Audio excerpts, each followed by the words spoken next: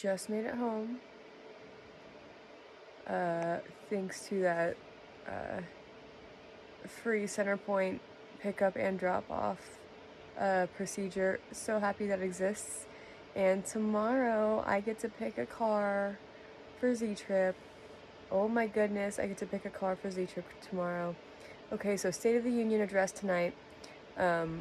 Finally, the laptop is rendering at home on the Wi-Fi, and it is... I have extended the screen time while it's plugged in so that I can walk to Walmart and make sure I've got a snack or two for this event because it's enormous. I ended up calling it vlog compilation 1.mp4, so for now probably just gonna let it be that. When I get back, I also, for the same duration of calendar days, wanted to grab a compilation of all of the YouTube shorts I watched of the Trump administration and related speakers. So I think I'm going to post that one next. But first I have to go get this snack. It's going to be chips and probably some clementines because that's typically how I alternate. And I'm going to go handle that now. So I just saw online some stuff about Democrats like boycotting the State of the Union address by like rebelling and refusing to watch it. And I gotta tell you, the high schooler in me really wants to say, grow up. But that's a high schooler in me, and the high schooler in me is not very smart. So take that with as many grains of salt as you want, because that is melodrama, and I don't personally endorse that side of myself. So don't take it too seriously when I say something like that to you. However, I would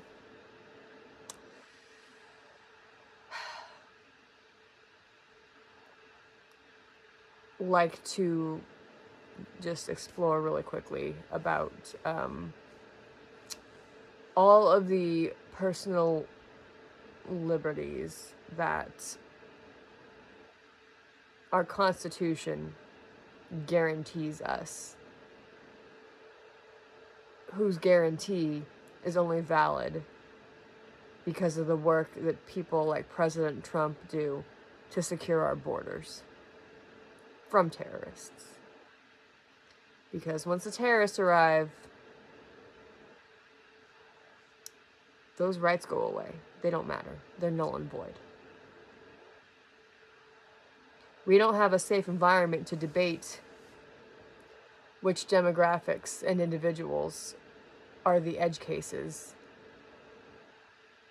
in quality of living conditions and working conditions.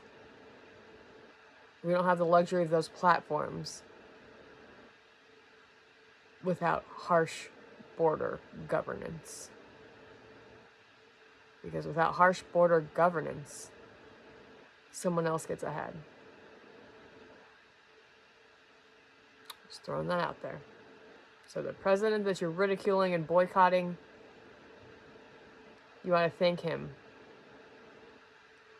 for protecting for you a country so free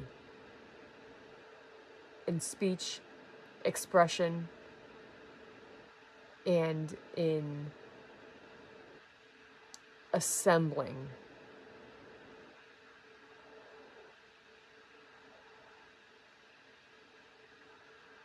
You should be thanking him for providing that for you, for protecting that for you, for guaranteeing that for you. Because that's what he does. President Trump and his administration are constantly working around the clock to make sure that that freedom of speech that you continue to exercise in the direction of slandering him every chance you get. President Trump ensures your continued access to that platform. So it's too bad that more of you don't see it that way. Because we could be accomplishing more as a nation. And look, it's not healthy for all of us to have the same perspective. And it's not even necessary. And the Trump administration is so strong that they're going to achieve their goals either way. I'm just saying there's got to be a small fraction of you that would find enormous professional and personal fulfillment from getting on board with Trump's agenda.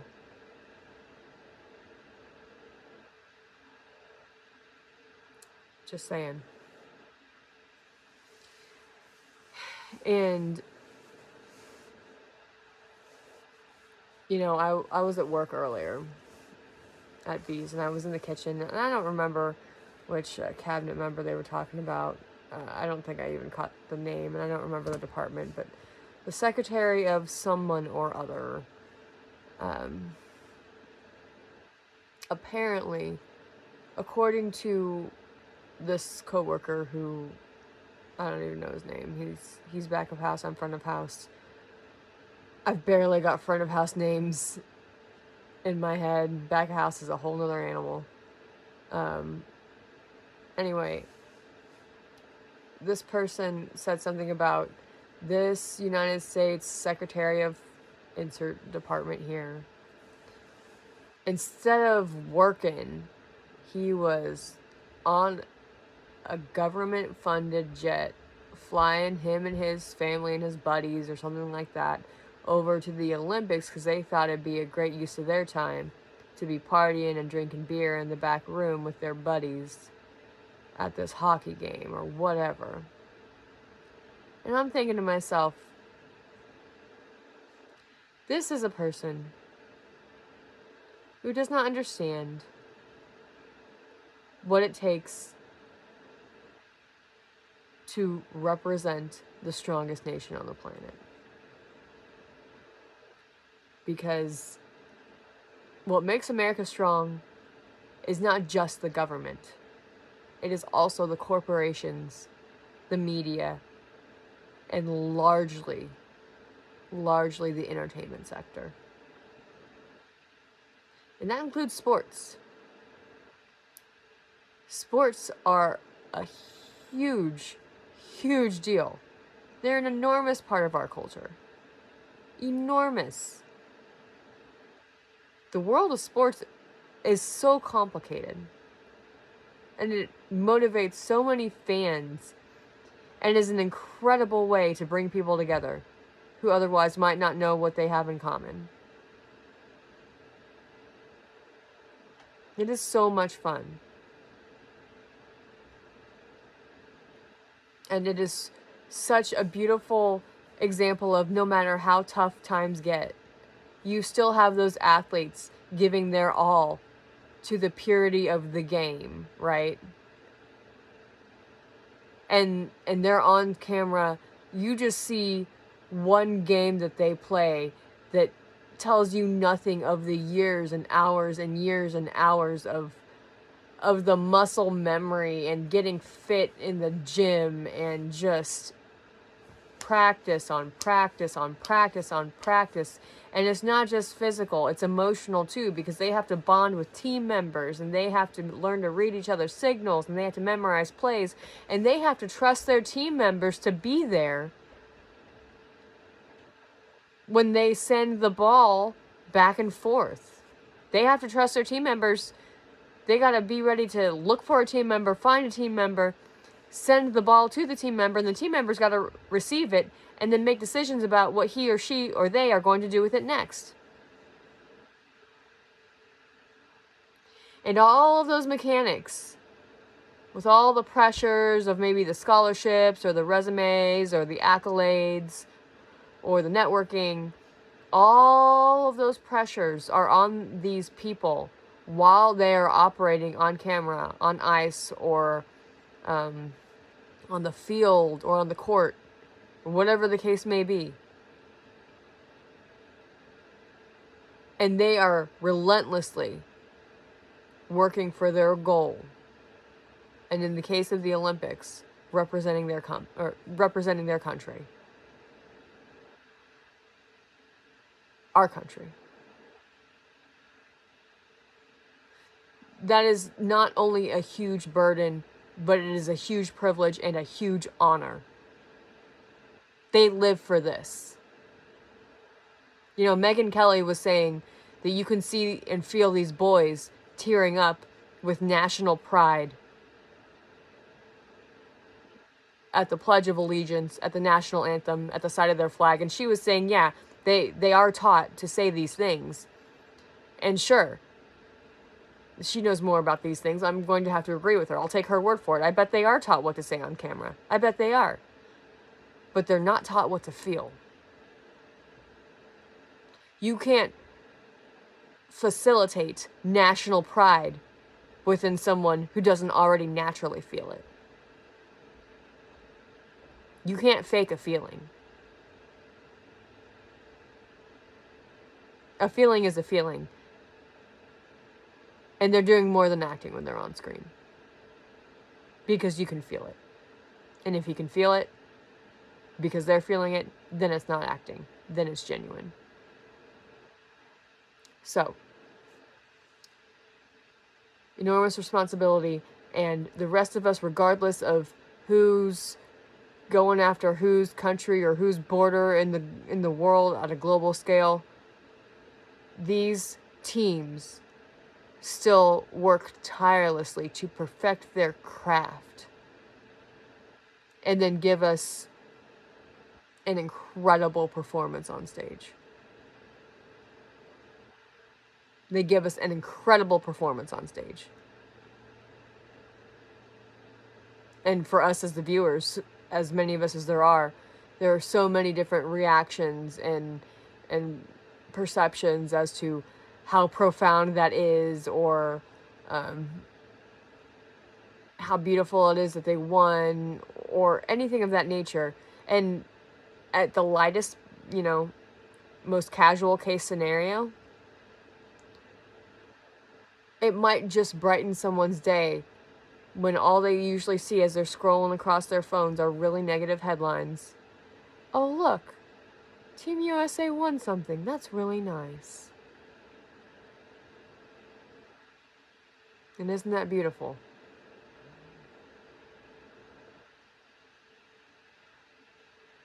Isn't that beautiful? So, given the cultural phenomenon that is any USA sport, the most powerful nation in the world, any of their sports teams,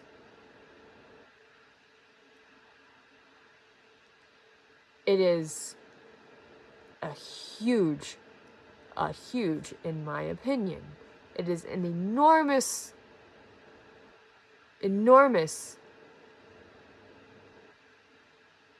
responsibility of anyone in office to make a point to be seen at such a function. Someone from the Trump administration ought to be cited at such events, showing support for Team USA, support for the institution of our national sports, support for the Olympics, period, a show of unity, not just nationally, but globally. It is a job requirement of any presidential administration to have envoys and ambassadors be seen and cited, spotted, Gossip Girl style, at such events to show support. Now, it's not necessarily a chore, but it's not strictly for entertainment purposes. It's because it is important to be seen supporting these institutions, because they are an enormous pillar in the bedrock of that which is the strength of the American economy.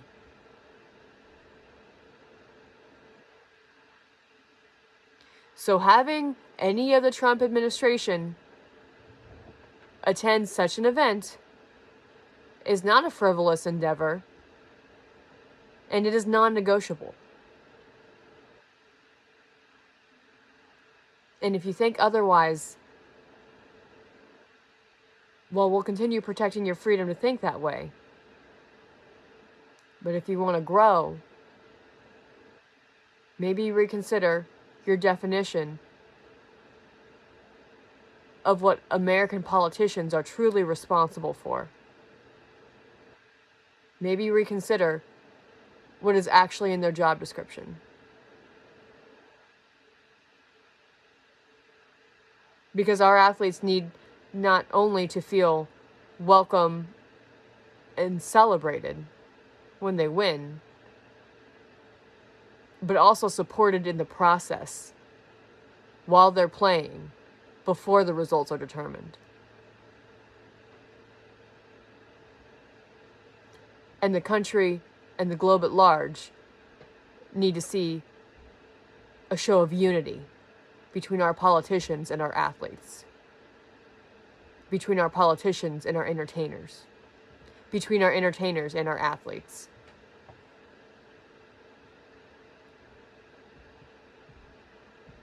And our corporations. And thank goodness for advertisements and branding and celebrity endorsements. All of it fits together. It's all part of the same machine that needs constant, disciplined attention, constant, disciplined endorsement.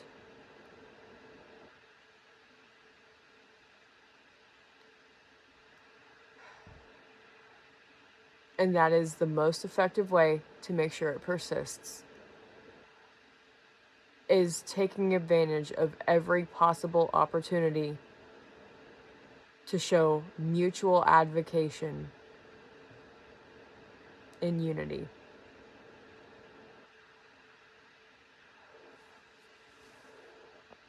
Okay, bus is rolling up now. Is it not? Well, people are getting off first, and then we're gonna get on. Thank you, sir. Hi, good morning. Good morning. I'm good, thank you. Okay, it's like on the top ones are filled, so we're just gonna sit in the middle. Okay, so there were some girls who I met in the Walmart restroom while I was putting on my makeup, and they were talking about all these resources they had for being homeless, and they said you gotta talk to, I think if I remember correctly, this is the United Way number, but it's like 211 or something like that, and they give you all this information about places you can go. Even though I want to know more about these facilities, since right this moment I have a place to sleep, even though it's about to end, I'm not going to do it because there are probably people who need it more than I do right now. I'm not going to show up and say, hey, I'm homeless, so let me sleep here, but I do want to learn more about them because that's the type of program that I want to expand in the future. So, I don't know what I'm going to do. I'm just going to be aware of them and learn as much information whenever I can, and we're just going to keep going. That's all we're going to do. So, we're on our way to the East Village Hub right now, and I'm going to walk after that. We'll see what comes next. Alright, so almost to Z-Trip. When I was trying to go to Walmart earlier, I didn't make time to take Iris because my day started really late. I fell asleep watching State of the Union. I got more than halfway through it, and it was probably my favorite State of the Union I've ever watched. And the only other time I've ever watched it was probably when I was like hyper liberal and Obama was still in office. It was probably his first term. So I have a history of really enjoying State of the Union when I strongly support who's in office. So anyway, I was really groggy in the morning. So what happened was I got a Lyft and I did the wait and save because it was going to be like $8. And I'm like, oh, well, I can handle that. And I got to get this stuff moving. I got to get to where I can get my makeup on. I had to buy wipes from Walmart. I had to get like a $1 alternative. It was a big thing, but I just wasn't early enough. And then this, I had a D-bag for a Lyft driver. Oh, his music choice was disgusting. But when he picked me up, instead of it being 9 to 15 minutes, he was there in 3 minutes. So I left my damn phone charger, like the cable adapter cable, and Mophie, my power bank at home, and it's charging now, and it probably hasn't gotten to full charge in days. So, I mean, that's good, but my phone's on like 30% battery. So fortunately, I'm coming up to the Z-Trip right now, and I know my way around. I don't know if they have electric cars, but if they don't, I'm not going to be able to put any fuel in the tank. But I want to take a look at the cars they have behind these green cones, because they told me the other day that whatever's behind these green cones is what we can choose from. So let's take a look. All right, I don't even know make, model, and whatever. Just first glance, I'm really a huge fan already of this Chevy-looking thing right here. Because it's an SUV. They didn't have any SUVs when I came up here the other day. I don't know if this is a true SUV. It's really compact. But it's got that big-ass screen on the inside. Wonder if this is electric. I can't tell. It says EUV. That might have something to do with electric. I don't know. I might be picking this one. I'll have to see. The only other thing that would prevent me from wanting to do that would be if they had a black car available, because their sister company, I think it's called Carry, they're like black car services.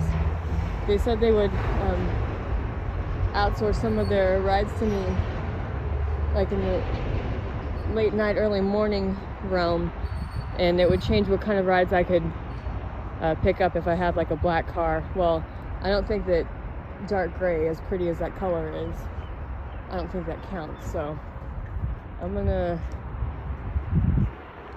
probably try to aim for that very first SUV, or ask if either one of those are electric. I do specifically want to drive for Iris, but I don't think having a vehicle that says Iris on it is automatically going to make my bids more valid. I mean, if it did, I would go for it, but anyway. Now let's see. This one's an SUV. I'm trying not to get too attached because I'm not 1,000,000,000% convinced that I'm gonna be making enough money to be able to afford the lease, but I'm gonna tell them that up front. I'm gonna be honest with them because they are my employer, and I just want to tell them that that's where my head is. Like, I want to keep trying this. I'm gonna go for it until I don't make enough money, and then I might just have to walk away from it because I'm not gonna be able to afford it otherwise. So let's just see. Let's see if I do make enough money. Let's see. Because I would really like to succeed at this, and I would really like this to be the reason why I'm able to afford my own apartment. That's what I'd really like. So let's see how this works. I'm walking in right now. Okay, so I did get that SUV I wanted. It is electric, and so learning to use that thing has been quite a process. But it's good so far. And I really wanted to drive from 3 p.m. to 9 p.m. tonight. However, I think it's important that I get back to the office. I had to come home to get my phone cable, of course, and Mophie. I'm going to go back to the office and talk to anyone who's in the Carry side of things, just to let them know that I did get a vehicle and what kind I got, so that I can get on their books as soon as possible. And Carry's deal was that anything that they source to me will be super late night, super early morning, and I'm totally happy with that. So let's take a look at the car. Okay, so here's what it looks like walking up next to it. And we can see I am number 589, and I have no idea what type of vehicle this is, but this is what the back of it looks like. And it says Bolt EUV. I truly wish I knew more about what type of vehicle it was, but I don't. So far it's working really well, and I'm very, very, very happy about that. So I need to hurry and get back on the road because I want to go talk to whoever's in the office for the carry side of things, and that way we can start picking people up. All right, I'm getting some Starbucks after what's been a rough evening. I got 20, 30, 40, 50, $54 in cash so far, plus an $18 on the card, which is probably going to translate into $13 in my pocket, so I have no idea what the number I just said. Let's just say plus, I don't know, it's probably about $70 so far. That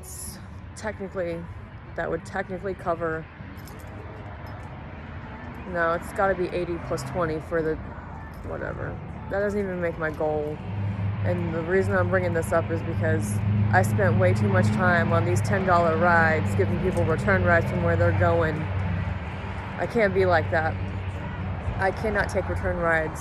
Even if my philosophy is to take every ride that comes to my phone, I cannot take return rides. I'm not going to let people call me ahead and say, hey, can you come pick me up from where you dropped me off? Because that takes me where I cannot accept new rides. So my policy is just going to be from now on, do whatever the machine gives me, and that's going to be it. I'm not going to be on demand. I'm just going to be logged in, and whatever they assign me is whatever they assign me. Let's start there. No more of these coming back for people half an hour away for $10. Can't be doing that.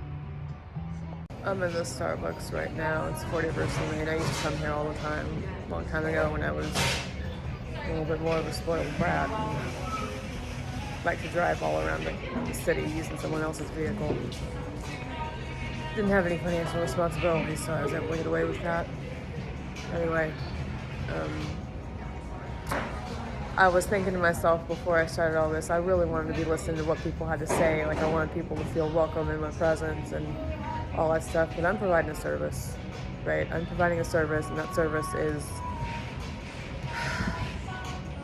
transportation. I'm not on the clock to be a therapist. And more importantly, when I let people tell me about their lives, whether or not they're being honest, they're influencing me. And I care about who influences me. So I need to have Fox News on in the car all the time.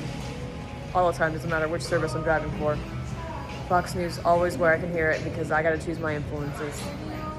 And it just has to be that decisive. Not an option. That's just what it has to be. I don't get to make that choice. That's just, from now on, that's the rule. I only take what the system gives me. And I always have Fox News on. Because I gotta filter who influences me. I have to. It is so important.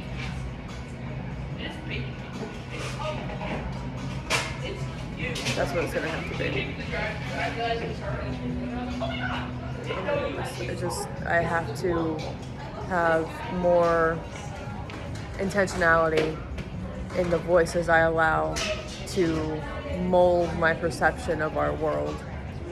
It does not do me any good to talk to individuals when the philosophies I'm trying to develop are supposed to affect the entire nation. So I can't be trying to get to know people because I have my own agenda. So driving is not about being personal. It's about, just a second, one of the baristas is talking to me. I'm so sorry. Hey, sorry. Didn't mean to interrupt. Are you waiting on a mobile order? Yes. Great. What's the name on it? Kristen. Kristen? Okay, perfect. We're just a little bit behind with your name, so I'll go ahead and put that one up. Okay, thank you so much. Anyway, driving is not personal. It's not a personal service, just like the baristas being here, that's not personal either. None of this is personal. There's a service that they are paying for with their money. There's a service that the customers pay for with their money. That service is Z-Trip. They are requesting a cab and agreeing to pay the fare. And part of that description is not, hey, let's sit in the cab together and tell me your life story. That is not the job description. That is not what I was trained to do. I was trained to transport someone safely from point A to point B. And I'm not going to change the country the way I want to change the country if I'm getting so involved in everyone's personal lives. And if I let other people try to influence how I see the country, then that kind of ruins the entire sense of purpose that I've created and curated so intentionally and so passionately. I cannot lead a nation in the future if I'm getting caught up about how many grandbabies this one passenger has from 5 years ago. That's trying to join someone's family, not protect their nation. Those are two different ambitions. I'm not trying to move in with these people. I'm trying to get myself in office where I can write legislation that protects their lifestyles. That's very different from snuggling up to them on their sofa at the end of the night. So I gotta make that distinction immediately. And I gotta stick with it. Okay, so, I don't know how many hours it's been. What is it? 11:27. I went to.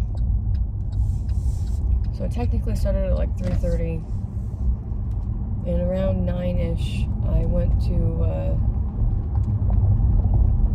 What do you call that? Stopped at Quick Trip to use the restroom and grab a Starbucks iced mocha thing. And then went to Walmart because I wanted a little folder for cash. Didn't find one, but I did get some of that double side, I don't know if it was Scotch or Command, whatever the brand was, sticky tape, so I could put this pop mount on the dashboard. Right now I'm really, really unhappy because I'm not making enough money.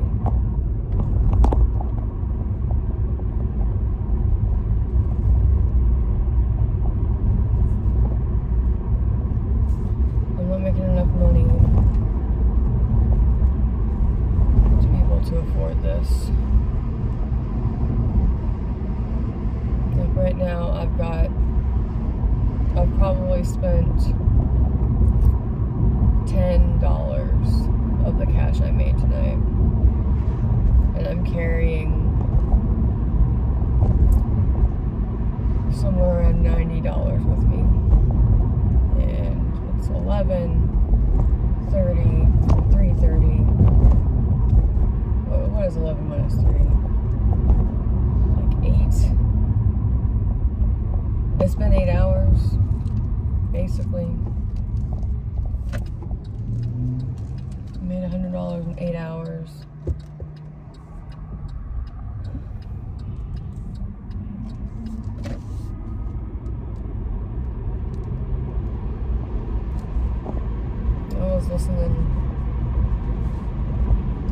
I was listening to this rap music, and that just didn't help. It was because I was really annoyed about something earlier. I don't know what. I don't even remember.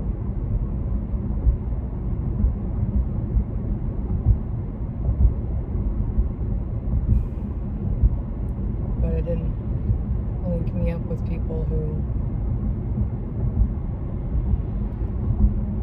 have similar philosophies to the ones I'm prioritizing.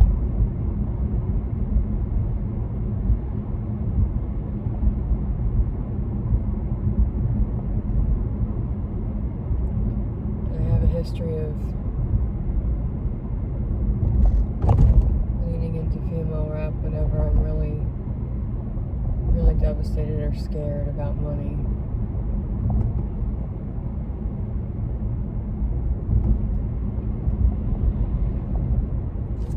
And it's really, really, really difficult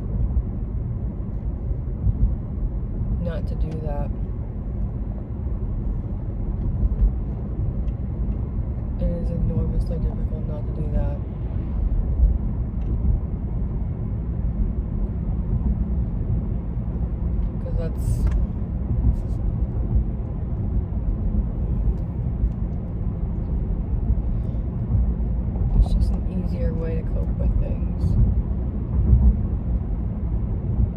But then if I listen to a bunch of that rap, all it does is connect me with other people who listen to that same stuff. So it doesn't matter why I listen to it. It doesn't matter that I'm working on being emotionally detached from the lyrics. It doesn't matter that I'm just doing it for the stress relief. That's not why other people listen to it. That's not the type of people who listen to that music. And that's the problem here. The type of people who typically listen to that music are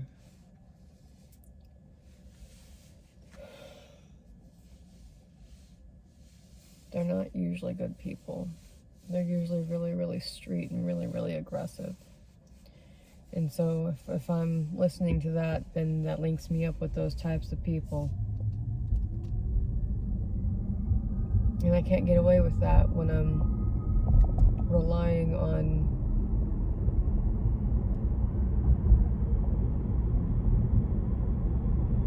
getting paid by the action instead of a consistent hourly rate.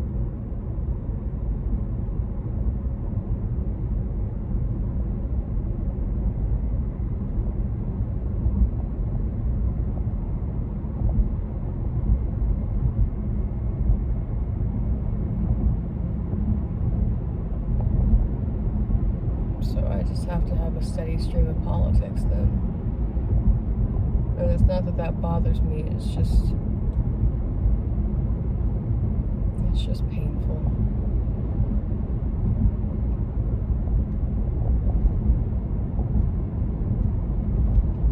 It's really painful. But it's a different mindset.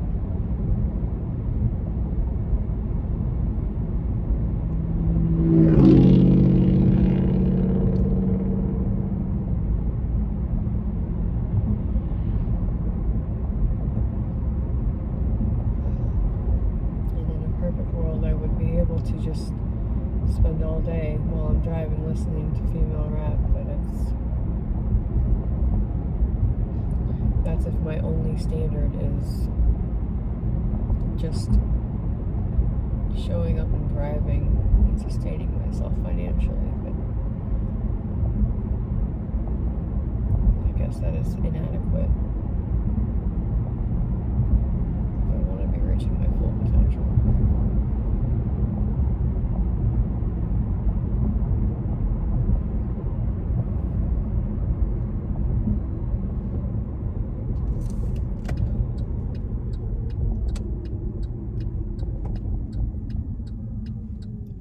Reaching my full potential.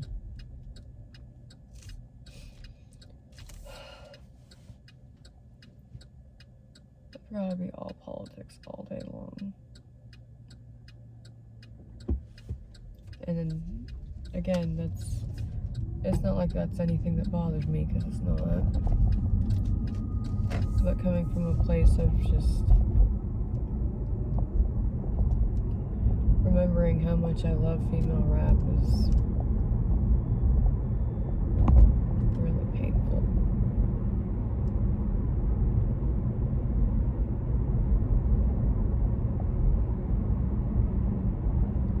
And there have been a lot of reasons in the past why I've intentionally avoided listening to it. And most of them were about regulating my own personal aggression.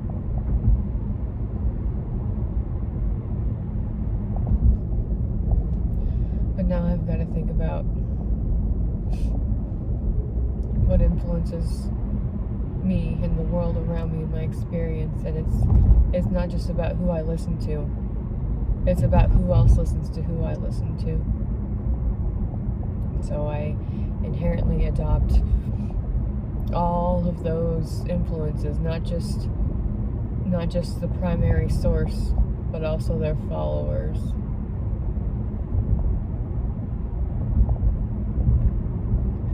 So if I invite Lotto and Megan into my playlist. It's not just them. It's not just them affecting who I am and what happens in my life. It's the people who listen to them. So it doesn't matter what my relationship is with Lotto. If I bring Lotto into my life, I bring all of her listeners into my life too. And I can't afford to go that hard.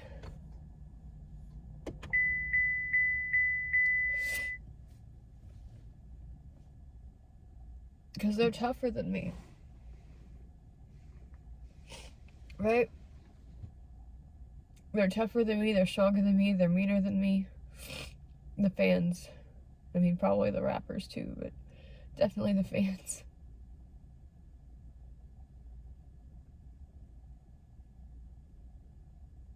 But the reason why I love the rappers so much is because they are so strong.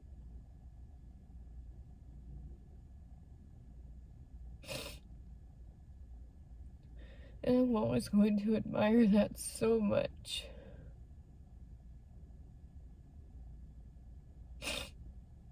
And as much as I want them to influence me, especially in that direction, I don't want to spend time with their fans.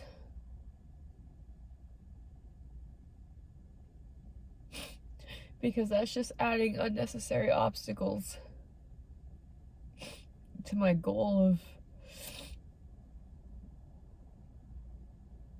helping enforce national security.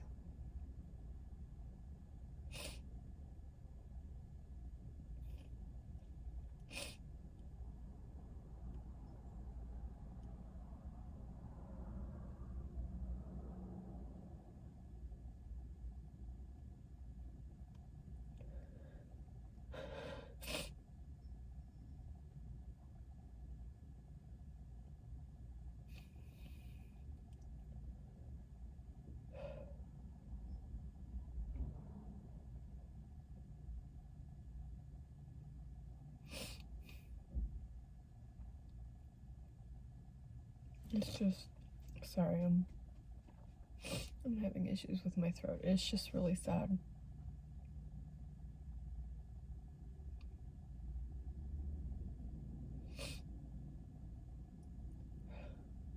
I need to use the restroom, so I'm gonna have to go inside this Clipchamp and do that.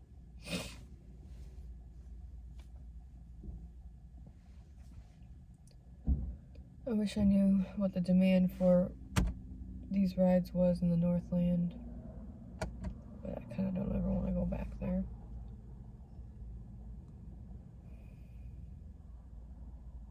I want to be in the city close to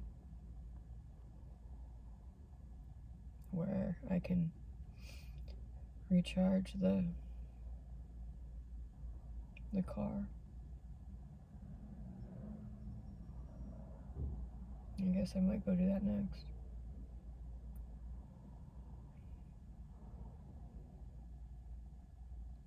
Whatever. Then I'm gonna get back on the road.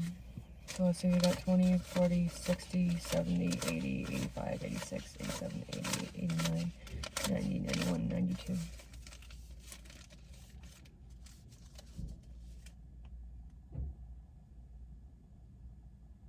It's not nearly enough. It's just not.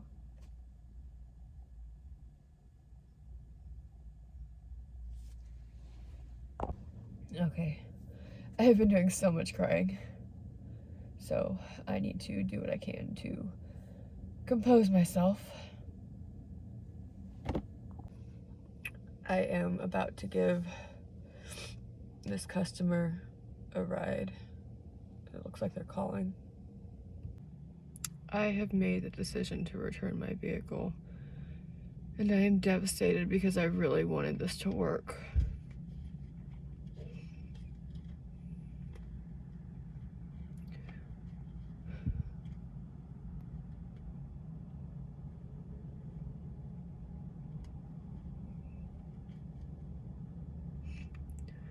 I moved so many mountains to get to this steering wheel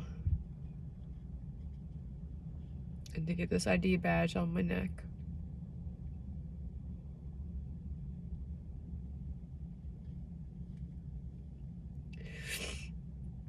And it was just a dead end.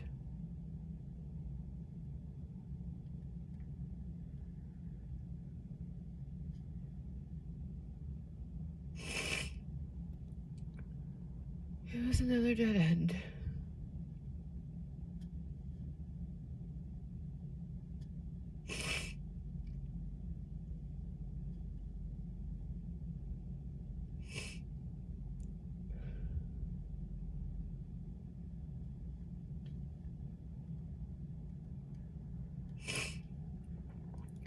There has to be something for me somewhere else.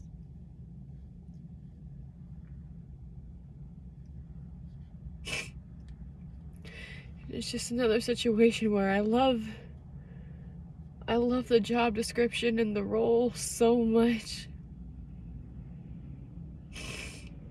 but it doesn't pay a fraction of what I need it to. If I could drive the car for free, it would be different. But company policy is company policy.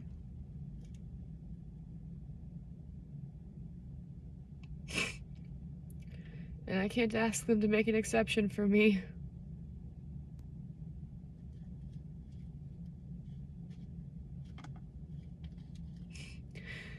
So I have to give it back.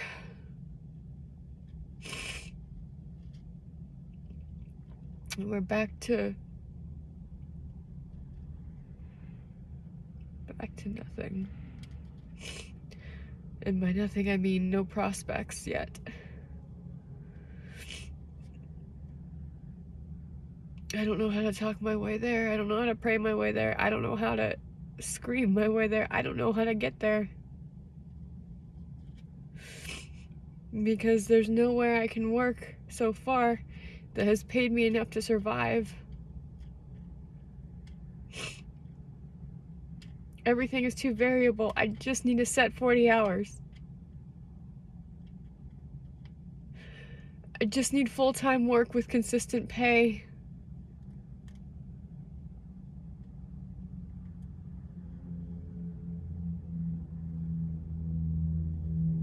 That's all it's gonna take.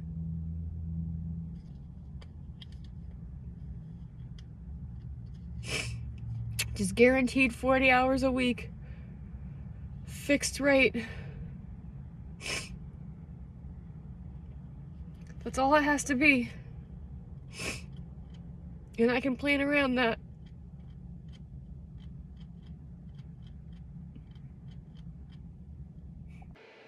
Alright, so, I'm getting ready for a V's shift, and normally I would do my makeup at Starbucks, and I am still gonna go there today, even though I did get some delivered. But, I felt like doing it. I'm feeling a little sluggish today, and I felt like doing it at home. So, I have been watching all kinds of political everything today since I woke up. Marco Rubio had something with some press in a room about Cuba, a Cuban incident. And there were a lot of other videos, but I saw some Megyn Kelly clips, and I saw something about an upcoming hearing, which may or may not have already occurred, with Hillary Clinton regarding Jeffrey Epstein. And at first, when I first read the headline, I was like, oh my goodness, Clinton ties to Epstein. And then I was like, okay, well, upon further investigation on my part, it's not like she's being accused of anything. It's basically just, okay, we have some kind of written statement or evidence or paperwork that says you may or may not have been somehow socially connected to this person, and so we just want to ask you questions. And I'm like, okay, well, that's very different from we have found something and are trying to get you in trouble. It's more like, no, we're just wanting some facts. In my opinion, if I were one of those committee interviewers, I'd be looking at Hillary like she's going to come in here and she's going to give us some respectful, honest answers. Because my take on Hillary Clinton is, I think she's really smart. I think she's a very brilliant woman, and I think that I think she's a really brilliant person, let me put it that way. But I also, she's the type of person who I don't have to see eye to eye on policy with her to feel like she absolutely knows what she's doing. I don't know how to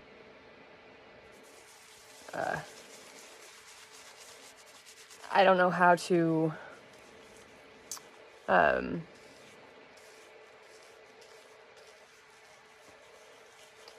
explain why that's the case, but you know, I don't know how to pronounce the name of the college she went to, but I've watched her. I called it a commencement speech. I don't know if that's what it actually was. But from her college years, the foundations where she got started originally, the stuff she says in there, it's so genuine to me. Like, it's so, how do I put this?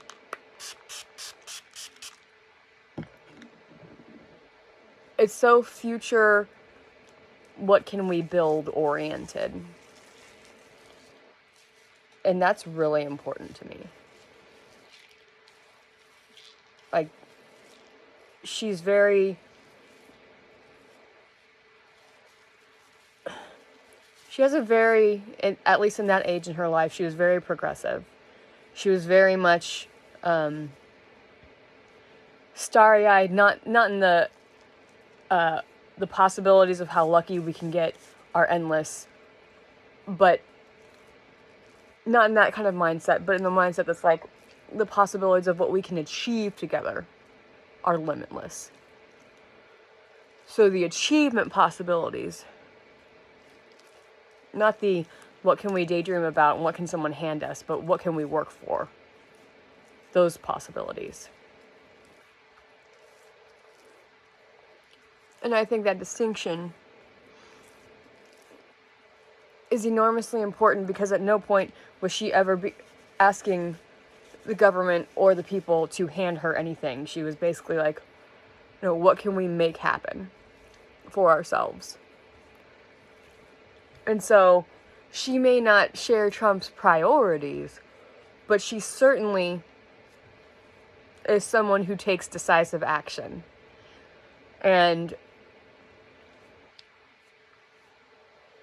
that is something that I don't think I noticed until now that they have deeply in common. And that is really, really beneficial to me, because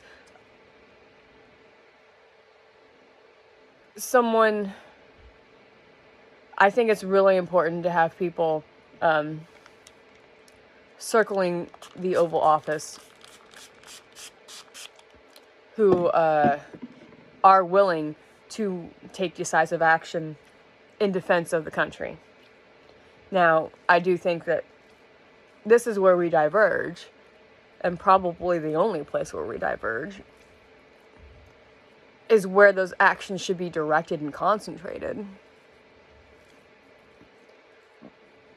But whether or not we would make the same choices does not prevent me from recognizing that she would be a strong leader, or that she is a strong leader. So that's all I'm going to say on that, because I want to continue remaining focused on the current administration, because I love and respect them very much, and I want them to continue excelling. But I just want to say that it is very, very, very possible, and often happens, that I feel deep respect for people in political circles and offices who represent different platforms than I do. So one does not need to be a member of the Trump administration for me to believe that they are intellectual or capable. One just needs to be a member of the current Trump administration for me to agree with them on absolutely everything. So those are two different things. And, you know, I don't think that there's ever going to be one right answer, because all four of my favorite stakeholder categories do need representation. The nation as one, the corporations, the minority, and the individual. I do think all of those need representation.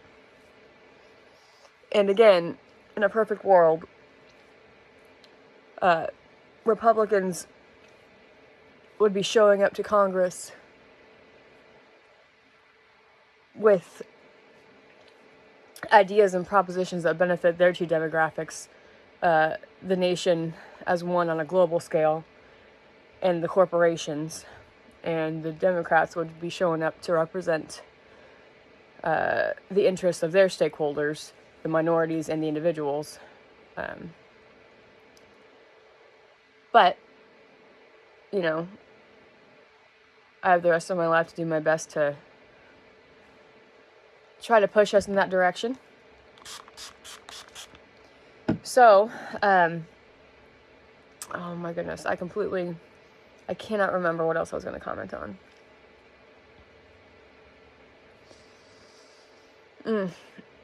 Anyway, so I watched a lot of videos today on that, so it's not like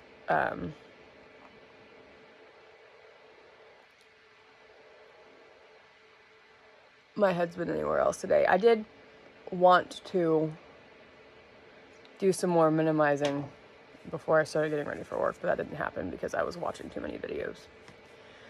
So I'm doing my makeup instead, and I wanted to talk about that, honestly, but I just wanted to make it clear that, like, politics are still front and center in my mind.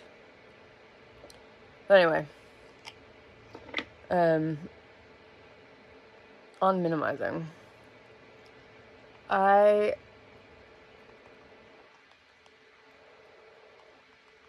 am recognizing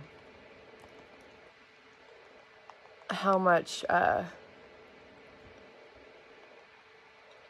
more space is clearing itself in my area, like where I sleep, and the congestion is really, really loosening up.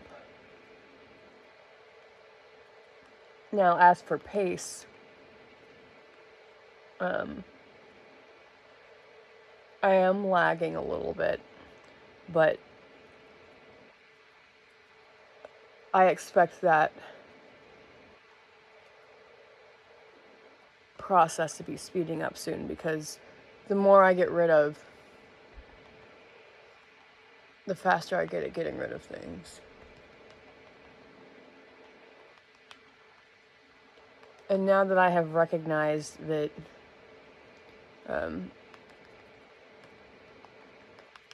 many of the belongings I have accumulated came from a time in my life that is not someone I want to continue being.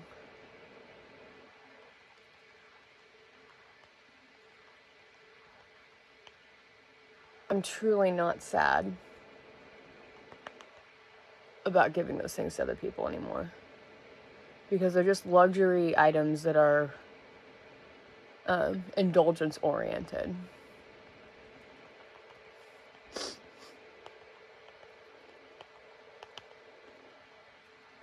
And they're very effective at relaxing me away from the state of urgency that I need to continue caring so much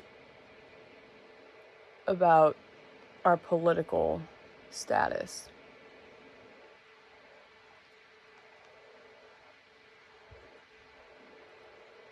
So I don't really want to be indulging.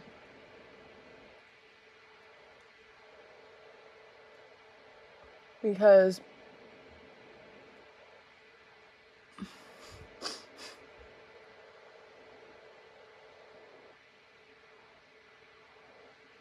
just from one personal logistics standpoint, I don't want to have all of these things to try to protect. That's just too much work.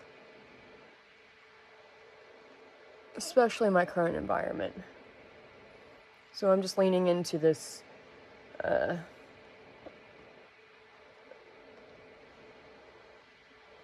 petty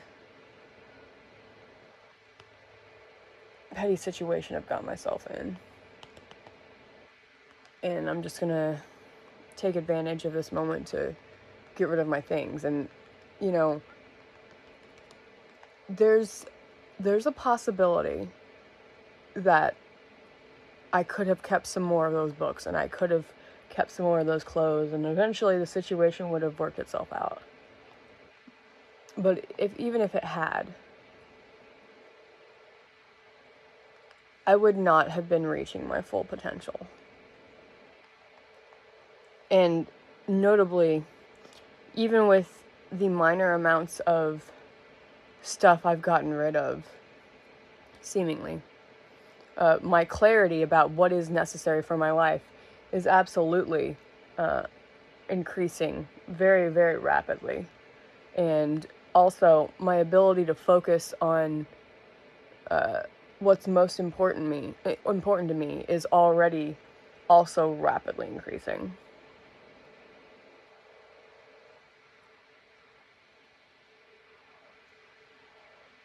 So here's something interesting.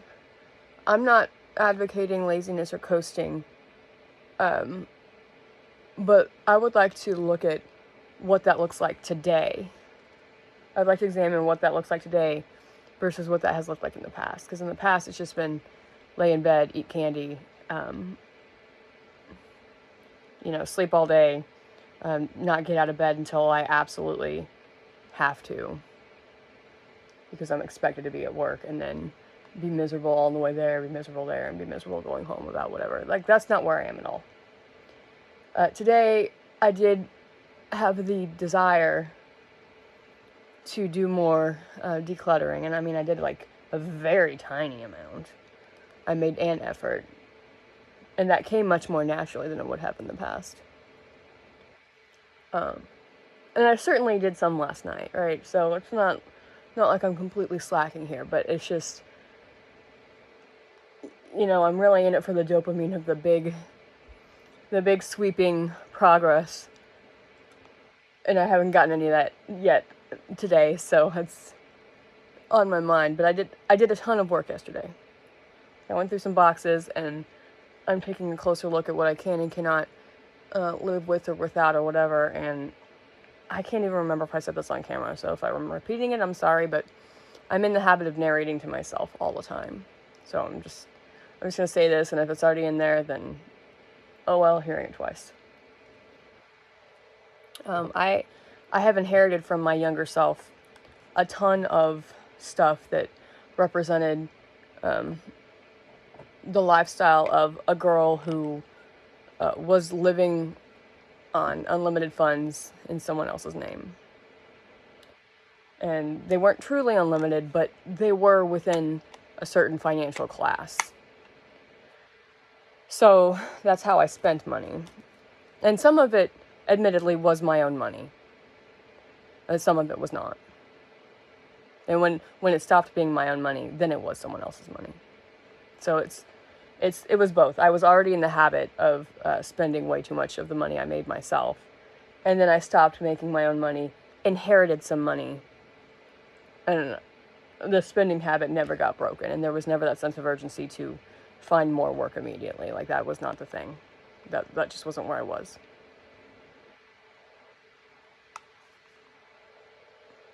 My younger mentality was very much like, oh, I did my time, I put in the hours, I suffered through this crazy corporate project, like, with all the drama. Like, my career has, I put in my time, right? Like, my career is good. I'm good. That was where I was when I was younger, about 6 years ago. Because I was very victim mentality oriented, and I was like, well, I had a terrible traumatic experience of my own making, and I just don't need to work anymore. I just need to worry about sitting around being pretty, take pictures of myself, and get famous or something like that. So, basically, it was like, my life is so hard, like, poor me. And it's not that that's not a valid mentality. Just from my perspective right now, for my own personal standards, like, that sounds so weak. And I'm specifically saying in the context of myself, right? Because we all have different thresholds. And my emotional threshold back then was much shallower than my current emotional threshold. Like, the things I survive casually on a daily basis in ridiculous numbers are like, just one of those things would have annihilated me back then emotionally. That's just the way, emotional strength is built. Like, your capacity increases when you, when you experience life. And the same circumstances, how they impact you will dramatically vary based on how victimized you feel.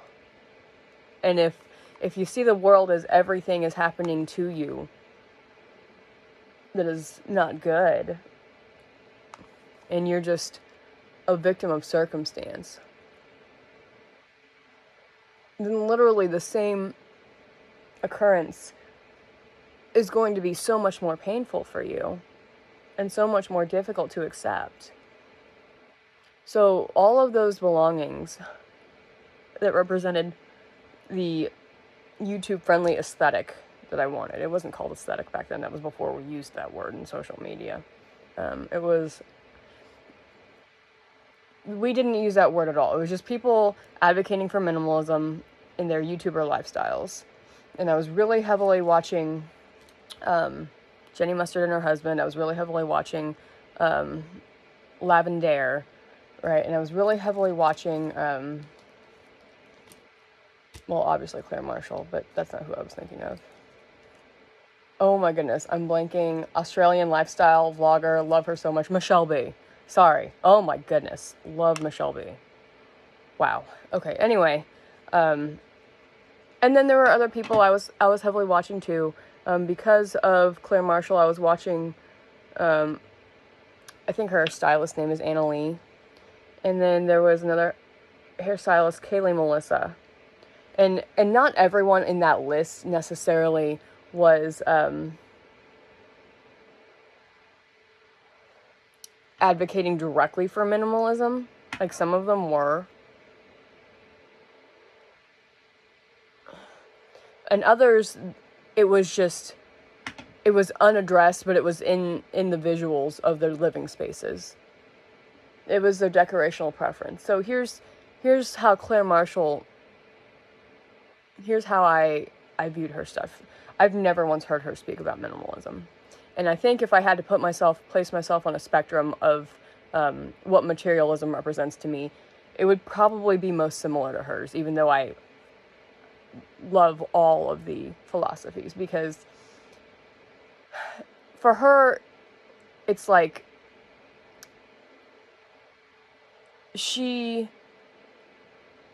I did not know this until very recently.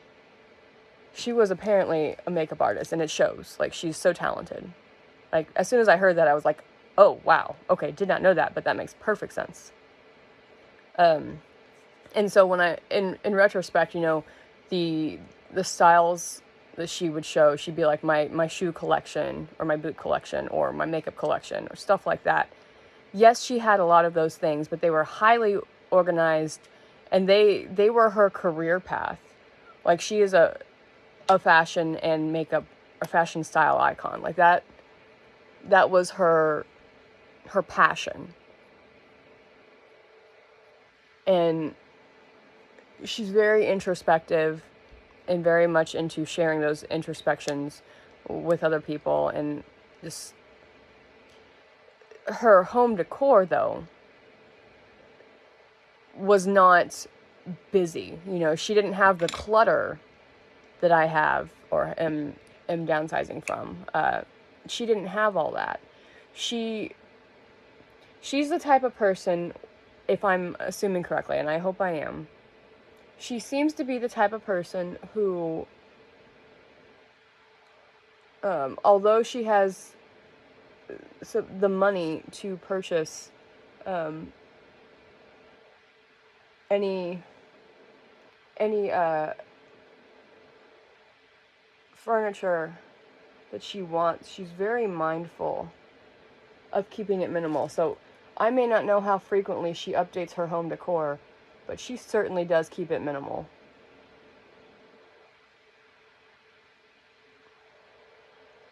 Like, she does not play with clutter.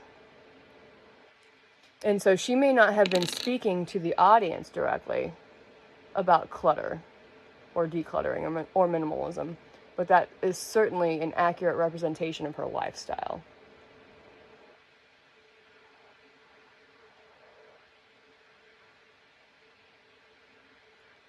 So what I want to do is, instead of looking at like how pretty can these items make my living space, no matter how much it costs to live wherever I'm living, or how much it's worth socially or financially or geographically, I want to look at things through a lens of not how do I want to appear, but who do I want to be? Like, what are my goals, and how relevant is an item to help me accomplish my goals? And unfortunately, pretty copper little shelves are not relevant to the politics I want to study. And because they're not directly relevant, they're not as necessary to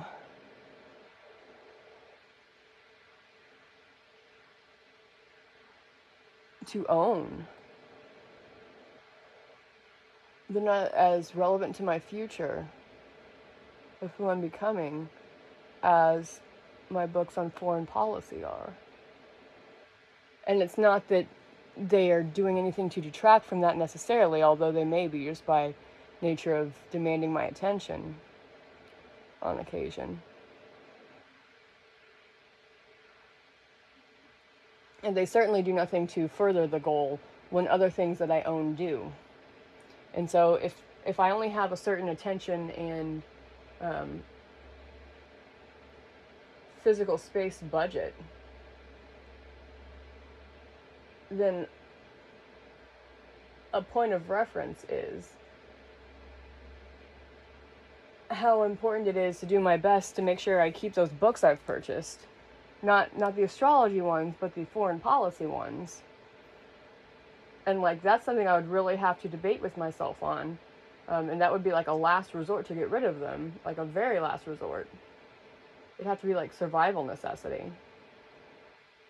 Whereas someone else, that little copper shelf might be so much more relevant to who they want to be or their identity. You know, I've been there. That's why I bought it in the first place. But I'm not that person now, and I'm certainly not becoming that person. So yeah, it's sacrifice, but that's what discipline is.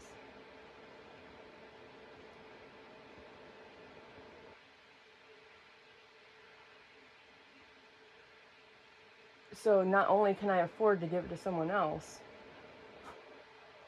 I need to.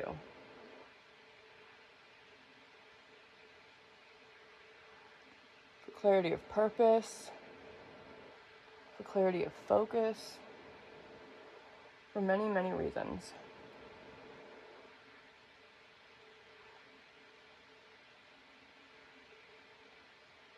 Okay, it's like really warm in my room right now, and I'm having a difficult time putting on this makeup, like I'm sweating, so I'm gonna take a break.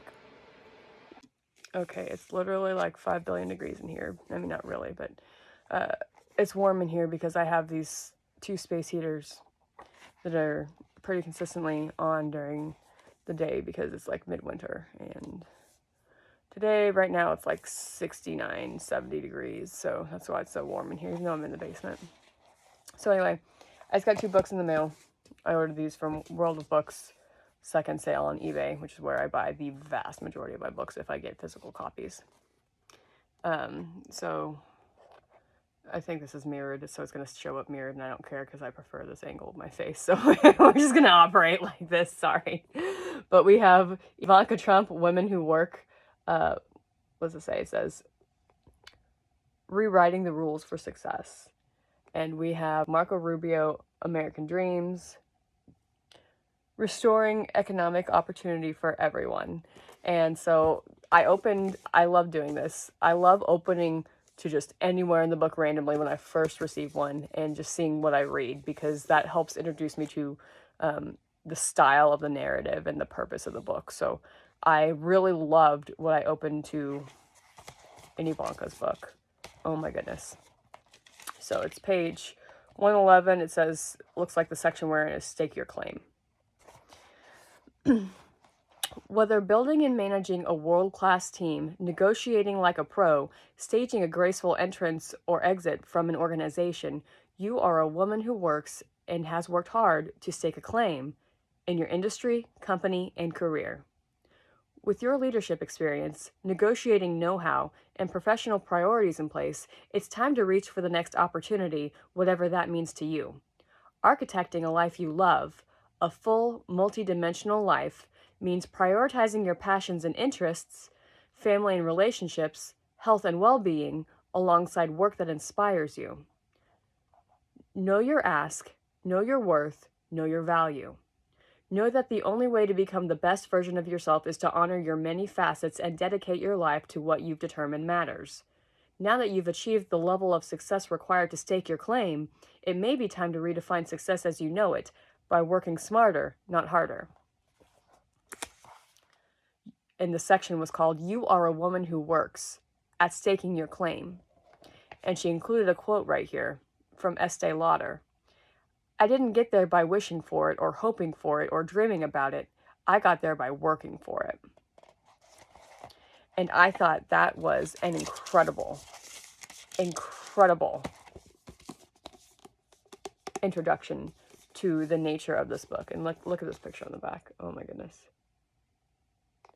So I don't feel any remorse in looking at someone like this and saying this is a beautiful woman, because I really truly love what she stands for. Like, I can tell.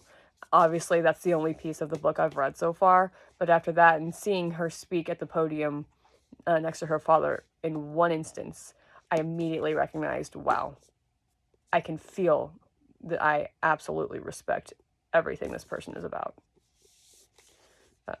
And it was a very similar epiphany that I had with Melania. They're both very, very, very similar, because they are incredibly driven, incredibly dedicated, and they have both managed to very strictly and confidently prioritize ethics, values, and causes that are the foundation of all that they do.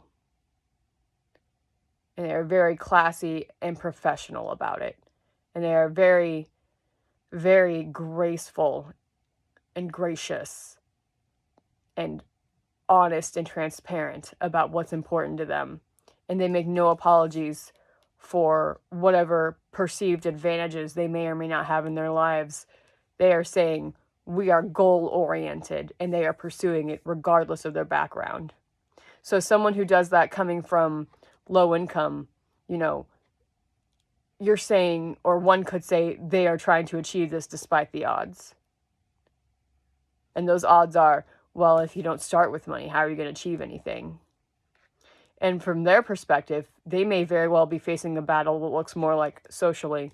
Their feedback that they might receive could be something like, well, of course you're advocating for blah, blah, blah because you were handed a silver spoon, so as to imply that their financial background somehow diminishes the legitimacy and ethics of their causes. And I don't want to buy into that. I want to say that who cares where they came from financially or socially? I want to say that they have chosen what to represent in their careers, and they do so with poise and integrity and unapologetically. And that is fierce. And I so deeply respect that. So the next thing I want to look at is where I turned in Marco Rubio's book, American Dreams. And at first, the first paragraph I read, I didn't have enough background information, so I had to go to the page before, but it's all in the same area. So we're starting on page 70, and it looks like this section or chapter or whatever is called Equal Opportunity, Equal Dignity, Equal Work. And this really, really to me reiterated that Marco and I have such similar perspectives on how to lift the working class. And I resonated so deeply with this that, well, I'm just going to read it. Okay. Let's see. There's a better way for government to support work. I have proposed that we build on the success of the EITC by substituting it with the wage enhancement credit for low-income workers.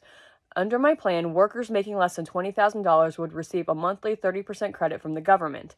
This would allow an unemployed individual to take a job that pays, say, $18,000 a year, which on its own is not enough to make ends meet, but then receive a wage enhancement to make the job a better alternative to collecting unemployment insurance. This wage enhancement would gradually diminish up to a yearly income of $40,000.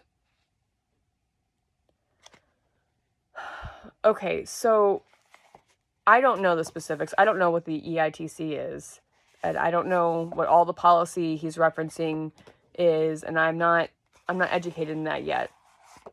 But what I do know is I believe that able-bodied workers ought to be in a category of receiving financial incentives to work above simply collecting unemployment, because then they are contributing to society, then they are contributing to capitalism, and to me that is hugely important.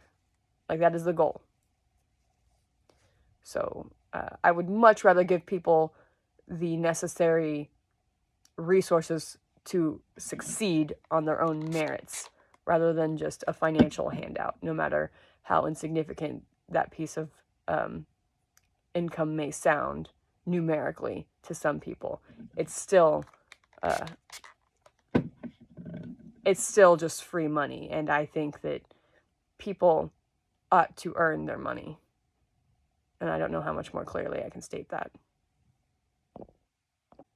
Alright, so back to this minimalism stuff.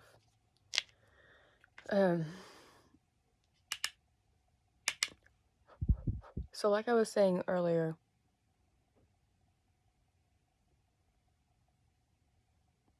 having those books that facilitate those epiphanies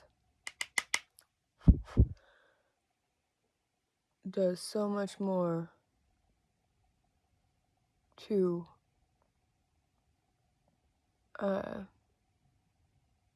assist my political career growth.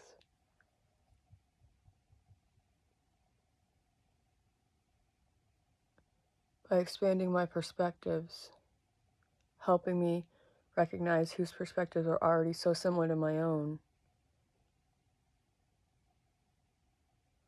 and helping shape who I would want to become as a policymaker than a little copper shelf does.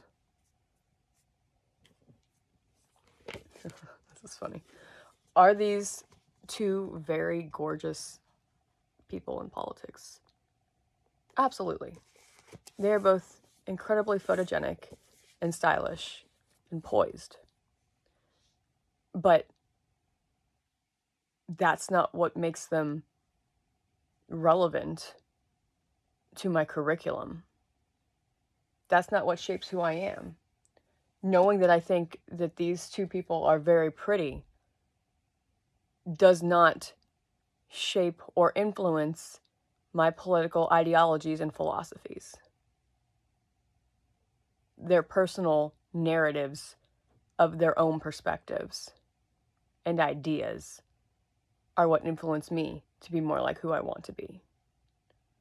So it has nothing to do with appearances and everything to do with connecting with who they are and what they represent and what they're working for tirelessly every moment of their lives.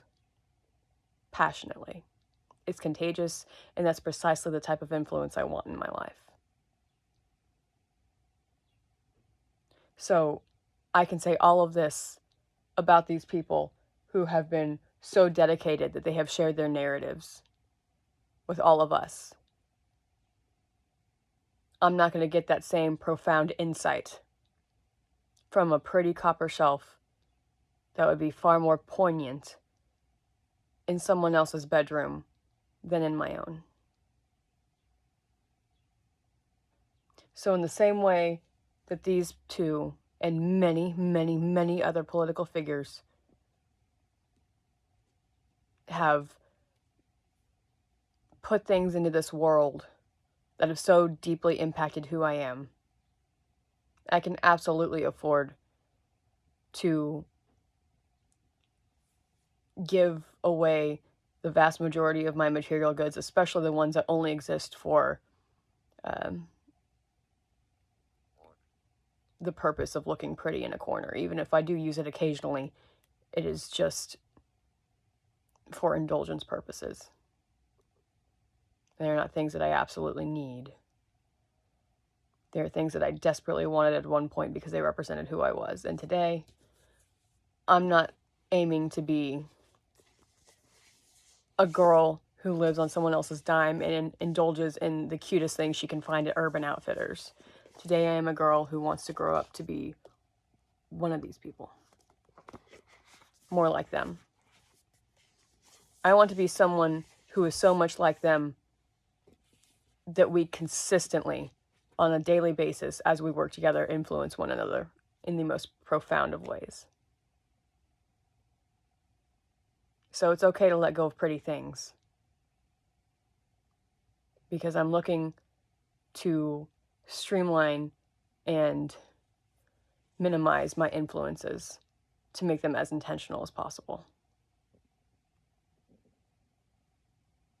So that's why it's okay for me to start letting go of things that are the most expensive, prettiest things I own as well. That is no longer a qualifying category. I don't care how much money I spent on it. I don't care how pretty it is. What I need to be asking is, will this help me become a stronger leader in the future? Or will it do more good in someone else's home? So I just reminded myself that I, even though I received this Melania book in the mail just a couple days ago, I have yet to open it to any page. And I did say that is something I like to do. So, I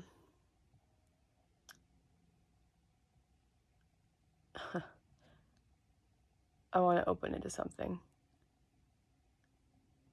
and see what I could find.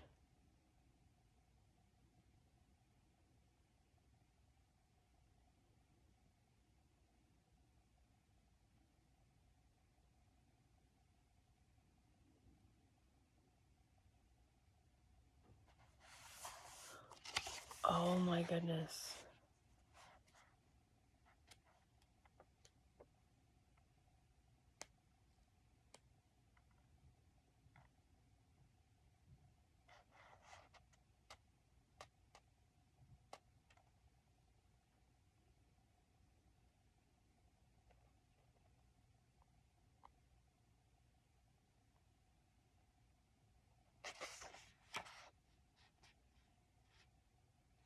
Wow. I remember this, and I remember I judged her so harshly. Oh my goodness.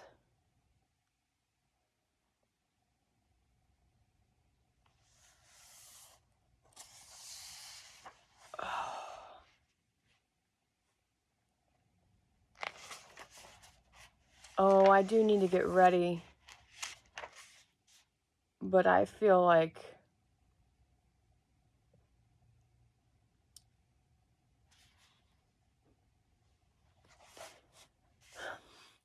Melania is one of the most severely misunderstood females in politics today, in United States politics. So this is how I want to open our country's eyes to how I see Melania, because I want to accurately represent who Melania is. So I'm going to read this. It's pages 68 through 75. It's chapter 8, Why Was This Speech Not Vetted? And I want to preface this with, I judged her so harshly when I read the headlines initially, and I wrote her off. I mean, I was like a hardcore liberal back then, and I was like, someone said, oh, she plagiarized Michelle Obama's speech, and I'm just like, of course she did. Like, she's just there to be pretty. Like, she's just a pretty rich girl. Like, that was absolutely how I saw her back then. Because I let the media headlines, not even articles themselves, just the headlines, inform me about the quality of her character. And so I want to rebalance that by putting this into the world. And I want everyone to hear her side of this story to get a better idea of her true quality of character and the integrity that informs everything she does. Okay, this is the Melania book. This is chapter 8. Why was the speech not vetted?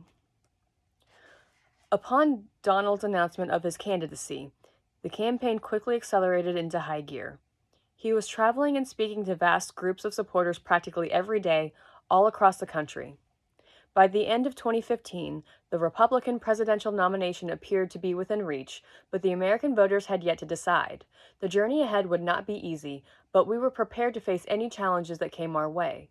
In February 2016, 12 Republicans, including Donald Trump, were still vying for the presidential nomination. By the end of the month, the field had narrowed to just 5 candidates. Through strong debate performances and victories in key states, Donald Trump secured the Republican nomination by the end of May. This historic achievement marked a significant shift in American politics and solidified his position as the party's President of the United States nominee. As planning for the Republican National Convention began, I learned that I would be part of the program, and I embraced this opportunity wholeheartedly. I was filled with immense pride for Donald and his vision for our country, and I approached the opportunity to speak at the convention with a sense of duty and responsibility. I was honored to have the chance to share my thoughts and beliefs with the American people. I felt excited, but also nervous, since I didn't have much time to get ready. After asking the campaign for a writer for a few weeks, they provided me with the first draft of the speech. While I appreciated the effort put into crafting it, I felt the remarks didn't capture my voice nor embody the message I wanted to convey. I wanted a speech that aligned with my goals, shared my unique message, and reflected my personality. The American people already knew my husband well, but they didn't really know me at all. Their limited understanding of me was based on sensational headlines and gossip. I wanted to present myself authentically, to share my story and background. My RNC speech was my opportunity to support my husband and to introduce myself on my terms, in my own voice. I planned to speak about my childhood, family, and journey to the United States. I wanted to convey messages of kindness, compassion, and service to one's country. Additionally, I wanted to share insights about the Donald I knew, the man I believed would make a great leader for our nation. I was filled with ideas and enthusiasm, eager to create a significant moment for my husband, the campaign, and the movement. I had never addressed such a large audience on such an important night, and I felt the weight of this responsibility. As the convention loomed, Donald suggested I connect with Meredith McIver, a representative from the Trump organization who was working with the campaign to help craft my speech. I gave her a call. During my review of many speeches of previous First Ladies, Michelle's emphasis on the fundamental values of hard work, integrity, and kindness resonated deeply, reflecting the core principles that were instilled in me by my parents during my upbringing in Slovenia. In my discussions with Meredith, I conveyed the significance of parents imparting these values to their children. I believe that by embodying these principles in our daily lives, we can work toward creating a more harmonious world for all. While I relied on Meredith to help me with the speech and the campaign to review it, I was pleased with the final result. Understanding the importance of the occasion, I dedicated myself to practicing in the days leading up to the convention. The campaign advisors listened attentively and suggested a few word changes to enhance my message. I also rehearsed multiple times with the teleprompter, feeling confident in my delivery. On July 18th, 2016, when my husband introduced me as the next First Lady, I stepped into the spotlight with a confident smile. The audience's energy was palpable, fueling my determination to make a positive impact with my speech. "You have all been very kind to Donald and me, to our young son, Barron, and to our whole family," I began. "It's a very nice welcome, and we are excited to be with you at this historic convention. I'm so proud of your choice for President of the United States, my husband, Donald J. Trump." The audience erupted in applause at the mention of his name. They cheered once more as I expressed my deep love for my family and for America. Their enthusiasm grew as I shared the story of my journey to becoming a U.S. citizen. In my closing remarks, I expressed that if honored to serve as First Lady, I would use that wonderful privilege to try to help people in our country who need it the most. One of the many causes dear to my heart is helping children and women. You judge a society by how it treats its citizens. We must do our best to ensure that every child can live in comfort and security with the best possible education. These words came from the depth of my heart, and I was thrilled to share them with millions of Americans. I concluded by highlighting the values of kindness, love, and compassion that Donald and I would bring to the White House. "My husband is ready to lead this great nation," I said. "He's ready to fight every day to give our children the better future they deserve. Ladies and gentlemen, Donald J. Trump is ready to serve and lead this country as the next President of the United States." My sense of accomplishment on our flight back home swiftly turned to dismay and shock as news of a potential accusation of plagiarism reached our campaign. My initial reaction was one of disbelief, but upon closer examination, the undeniable similarities between the two speeches left me reeling. The weight of this realization hit me with a force I had never experienced before. Looking back, I realized that I had relied too much on others in this crucial endeavor. I had no prior experience with the protocols and process of a national convention, and I assumed the professionals on the campaign would do whatever was necessary and appropriate for such an important speech. I trusted that any and all political and legal vetting had been taken care of, but I now realized that the campaign and the RNC had left me on my own. "Why was this speech not vetted?" I asked Donald in frustration. He expressed disappointment and was unable to provide me with an answer. Vetting speeches is a standard practice to ensure accuracy, appropriateness, and alignment with the intended message. It is important to thoroughly review and verify all content before presenting it to avoid any potential issues. The absence of a detailed review was a glaring oversight that now casts a shadow on my work. Discovering the team's failure to perform their duty filled me with a profound sense of betrayal. These were professionals, charged with ensuring the success of our campaign, yet they failed to implement even the most fundamental safeguard. This negligence left me feeling completely abandoned. I felt a deep sense of outrage and disappointment. Following the incident, Meredith publicly apologized, mentioning an impromptu phone call during which I had shared passages from Michelle's speech as examples, which were mistakenly included in the draft. While this explanation was technically accurate, the damage was done. From then on, I realized the importance of being intimately involved with every detail of my public life. No longer would I delegate specific tasks or trust others to ensure my reputation was protected. I would have to handle that on my own. This experience, while difficult, served as a crucial lesson in the realities of the political world. Okay. I'm going to go ahead and leave this there for now. And this is really emotional for me because I remember being a part of the, not the narrative, but I bought into the mentality, the accusation. No, I didn't do anything to perpetuate it. Like, I wasn't reblogging or I wasn't talking to people about it, but I certainly let the media tell me who Melania was instead of letting Melania tell me who Melania was. So, I have had very, very similar moments with Ivanka and Marco. Ivanka, I wrote her off in precisely the same way I wrote off Melania. And Marco, oh my goodness, decades ago, when I don't even know what his first office was, but when I first read about him, I was so progressive back then, like, not progressive, I was so liberal back then, and I was very much like, oh my goodness, like, there is, like, a Latin American who is in office right now, like, we're moving in the right direction, because back then I equated racial diversity to competence and integrity. And that's not always the case. Integrity does not know race or gender, period. It doesn't know financial background. It doesn't know professional background.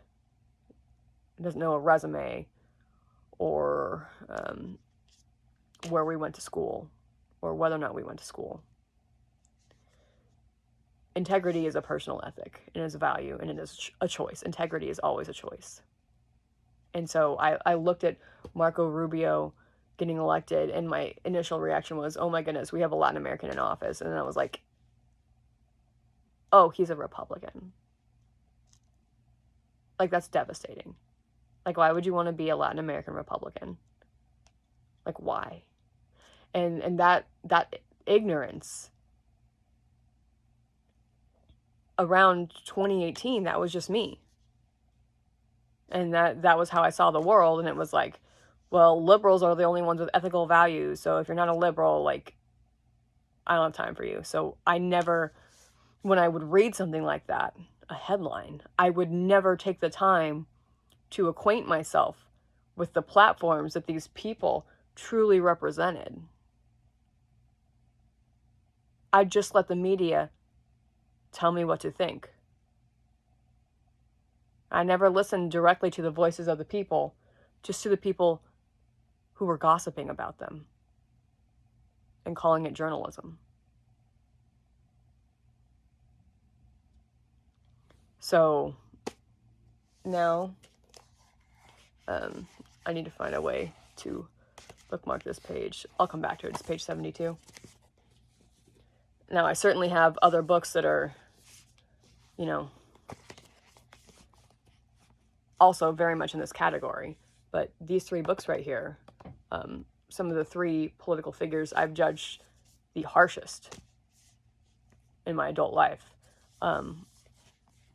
These are now three of my top personal influences. And I don't want to say mentors, because I don't know them personally yet. I hope I do one day. But I haven't met them in person. But I certainly want their philosophies to impact my own in the most positive possible ways. So that's the 180 I've made here. Okay, I'm at Starbucks now. I want to talk about emotions and accomplishing things. So I want to work on not reacting. That's really important to me. Now, what's going on is I am very scared because of this roommate situation, and it's not going to do me any good to talk about my opinion of his choices. It's not going to do me any good. It's not going to do me any good to talk about how scared I am. Now, sometimes I will lean into being sad and I'll cry about something, but I get right back up afterwards, because even though I have no idea what's going to happen to me, I have to find a way to balance everything.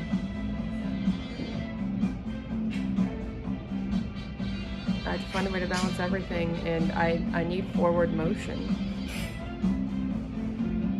And forward motion is more important than reveling in how sad I am about something. It just is.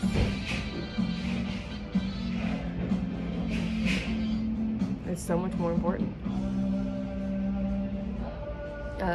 I could lay around and cry about how unfair the situation is at home, or I could just get rid of more things.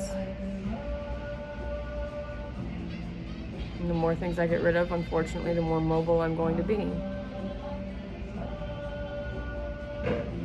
There's nothing I can do about that. That's life. So all I can do is detach. Because the reality is that who I'm trying to become is universes more important than things I've owned in the past or even things that I own right now. Yes, those Melania, Ivanka, and Marco books are incredibly important to me, and the comparative politics books I have, and the foreign policy books I have on the United Nations, on NATO, those all matter to me a lot. In the European Union, I have all kinds of these books that are in complete alignment with who I'm trying to be. But I can't guarantee anything for myself right now because I can't control the quality of character of the people in my life, no matter how much I want to.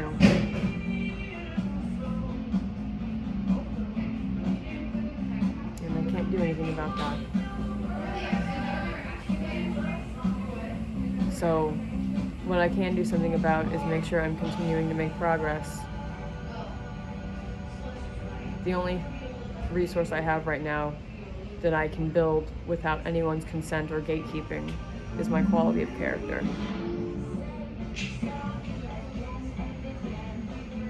That's all that there is.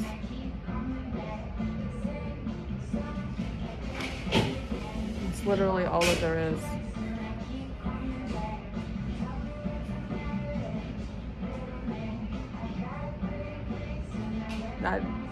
I don't... So, okay, I was about to start feeling sorry for myself again, but here's the deal. I want to be someone who is so goal-oriented that the details, like where I lay my head at night and how many items I own, are irrelevant to how I'm advancing as someone with integrity. So no matter where my shifts are, no matter who I'm answering to, how much grace and polish am I bringing to every interaction, regardless of what anyone else is presenting to me.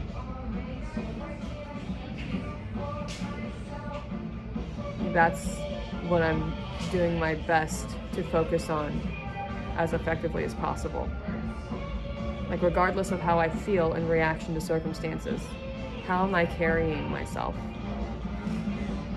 That's what's of most interest to me. Because the pursuit of that mindset has so strongly influenced who I admire in our country and in our nation's leadership. So if there's any skill I can be exercising right now, it is making the difficult choices of being the most ethical version of myself, the most polished and consistent, dependable, reliable version of myself. Even in conversations, difficult ones, difficult situations, emotional reactions, what image am I presenting to anyone and everyone around me at all times? Even when I'm alone, because that's integrity. And what am I doing when no one's watching or listening?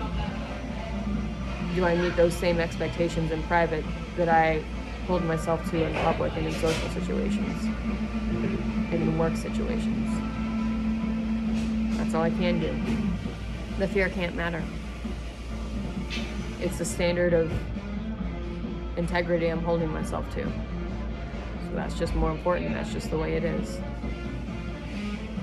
Nothing I can do about it. Because that's the goal. It's the only goal. And just to clarify why this is relevant to politics is I want to be someone who makes the best decisions regardless of surroundings, someone who always thinks clearly, someone who always is prepared to analyze a situation to identify the best decision for everyone involved in every moment. And the only way to achieve that is to master the art and dedication of putting my focus strictly on results and not on emotions. Which means, in many cases, my emotions have to become irrelevant in that they cannot inform my actions. Only logic and knowing what's right can inform my reactions to anything. So that's who I'm striving to be in every moment. That's the type of integrity I want to have. I want to do what's right every chance I get. I want to make the right decision. I want to make more right decisions. I want to make more right decisions. I want to make more right decisions. Forget about what those decisions are or what circumstances they entail. I just want to make the right decisions.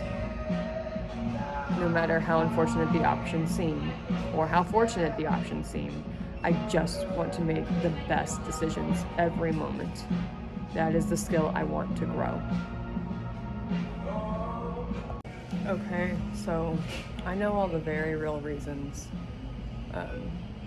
why I handed back my keys to my Z-Trip car. And I've got to be honest, I did panic when I wasn't making enough money, working from 3 p.m. to 3 a.m. And I think I eventually got some narrative on camera for that. And I'll have to compile that at some point into a vlog, sure. But I make less money. I think it's possible to bring home as much as I make at these post-tax. I can bring that much home pre-tax with Z-Trip after paying for the vehicle lease, which is expensive. It's $100 a day. And I'm stressing because I really like the team, and this is a strange situation where that line of work, I'm so well suited for it because I have the capacity for the emotional tolerance that it takes to do that. But I've got to say this, I have a huge potential prospective employer opening an independence that is in an office and would be an incredible position for me because it's less isolating and it's a team environment. And look, Z-Trip does have an incredible team, but the work itself is on the road with a gamble of whether or not I'm going to get customers. And with a team environment in an office, the expectation matches who I want to be, like who I want the work to be. It matches that I want to show up and have the most positive attitude. And so the way I'm trying to condition myself right now is whatever terrifying things life is throwing at me, like, what is my attitude doing?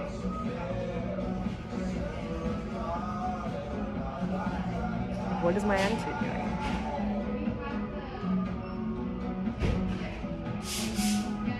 And that's where I want my head to be. What is my attitude doing?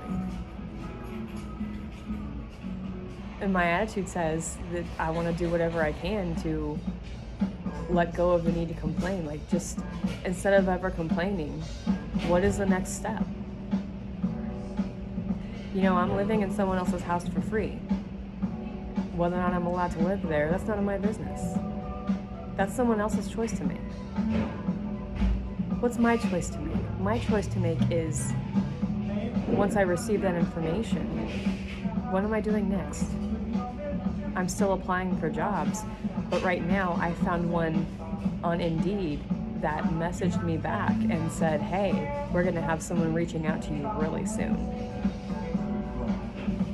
And when I look at the nature of the work, these videos and the books and who I watch, they tell us everything we need to know about who I want to be and who we want to be together. They tell us everything. These videos tell us, and I'm not just talking about the videos that I'm making. I'm talking about when I watch other people on screen. We are all telling the nation and each other and ourselves how we want to lead. And that requires a foundation of who I am in every room I enter, regardless of how many other people are in that same room with me. I don't want to just show up into an office and be friendly in the face, and then just at home it's like I got 50 things to complain about. I want it to represent who I am. I want to consistently make those choices to be positive. I want to consistently make those choices to just, eye on the prize. Eye on the prize. You know something I really like? I really like the Board of Peace. And I read that President Trump established this globally and that it is a permanent structure. And so when he leaves office, he will already have somewhere to go to continue affecting change globally on global security. Is that not the most exciting thing? What a brilliant political move. Brilliant. And Marco Rubio's already on there, and there are other members from other countries, which is fantastic. And I don't remember if I already said this on camera or not, but I posted on True Social. I mentioned President Trump, and I said, please include your entire second-term cabinet on the roster for the Board of Peace, because there's so much integrity in his team. And I love thinking about the possibility of somehow getting involved with them one day. I love thinking about that. But the best thing about social media and freedom of speech is anytime I have these thoughts, anytime I have these inspirations, these epiphanies, these ideas, I can log into X or into Threads or into True Social or in Substack and post something or comment somewhere and share my opinion, and then it's there for anyone who wants to see it. That's the beauty of all of this. That is my favorite thing about social media. That is my very favorite thing, because no matter where I am in the world, if I have an internet connection, I can identify someone's profile or look at one of their posts and say whatever I want to say. And that is the best part of social media. That is literally what it means to connect people. Yes, it means keep in touch with your family and friends no matter where they are in the world. Of course it means that. It will always mean that, and that is also one of the very best things about social media. But I can be someone whose name, continues to be obscure for the next 5 days or 5 weeks or 5 months, or even not at all. I can be someone famous. Either way, and I can direct a comment toward any other person who I can locate online. And I can share my opinion. And not only is that legal, that's encouraged, because that is the purpose of the platform in the first place. And I have the freedom to say things that either support or don't support someone I'm talking about. Now, I personally want to use it to support something, to say, hey, this is a really great idea I have, please consider this. And that's how I want to continue using it, because that's the platform I want to have. I want to build this resource that I have been wanting to call Society for Actionable Policies. Because of the logo, again, I think I'm going to change it to singular because typography issues, but I think I'm going to call it Society for Actionable Policy. And I want to launch that website. And I have already, I've completed the vast majority of the style sheet. It is inherited from something I have coded myself in the past, and it's beautiful. I chose beautiful navy colors, and I've mentioned this before, but the site was so heavily inspired by the TrumpRx.com or .gov, the TrumpRx.gov visual. Those designers, they heavily influenced my style sheet in this case, and I did my best to find a balance between looking official and looking contemporary. And the sooner that I am able to declutter all of the ornaments from my life physically in my room, in my living space, the sooner I'm able to dedicate time and focus to managing a project that is that important to me, that precious to me, that necessary to me, because my focus is uncluttered. So that is the goal. The goal is I want to get to a place where my life has more room for dedication to that passion project, because that's how I want to build my future. I want it to include that, and I want someday for sap.gov to exist, for Society for Actual Policy to exist, and I want that to be a board of members who are transparent in their documentation of mutually beneficial, apartisan policy, items that are policy that address needs of all four of the key stakeholders that I keep talking about: the individual, the minority, those are both the liberal sides, and the corporation, and the nation as one on a global scale. And those latter two are the conservative sides. And that's kind of how I divide them in my head, when I'm just, not because I necessarily think that should be everyone's philosophy, but because it helps me stay organized and make sure that every idea I come up with and document addresses all four of those stakeholders. And that's how you write legislation, that's how you write policy, that's how you document ideas that address the needs of everyone in the country. And I really want that to be contagious. I want the spirit of that to be contagious. I want to sit in the same room as someone like the Clintons and the Obamas, and be able to say, hey, this is how I want to represent the nation as a global entity, the corporations in this legislation. What can we add to this that, rather than negating those two beneficiaries, also accommodates the minority and the individual. The minority and the individual.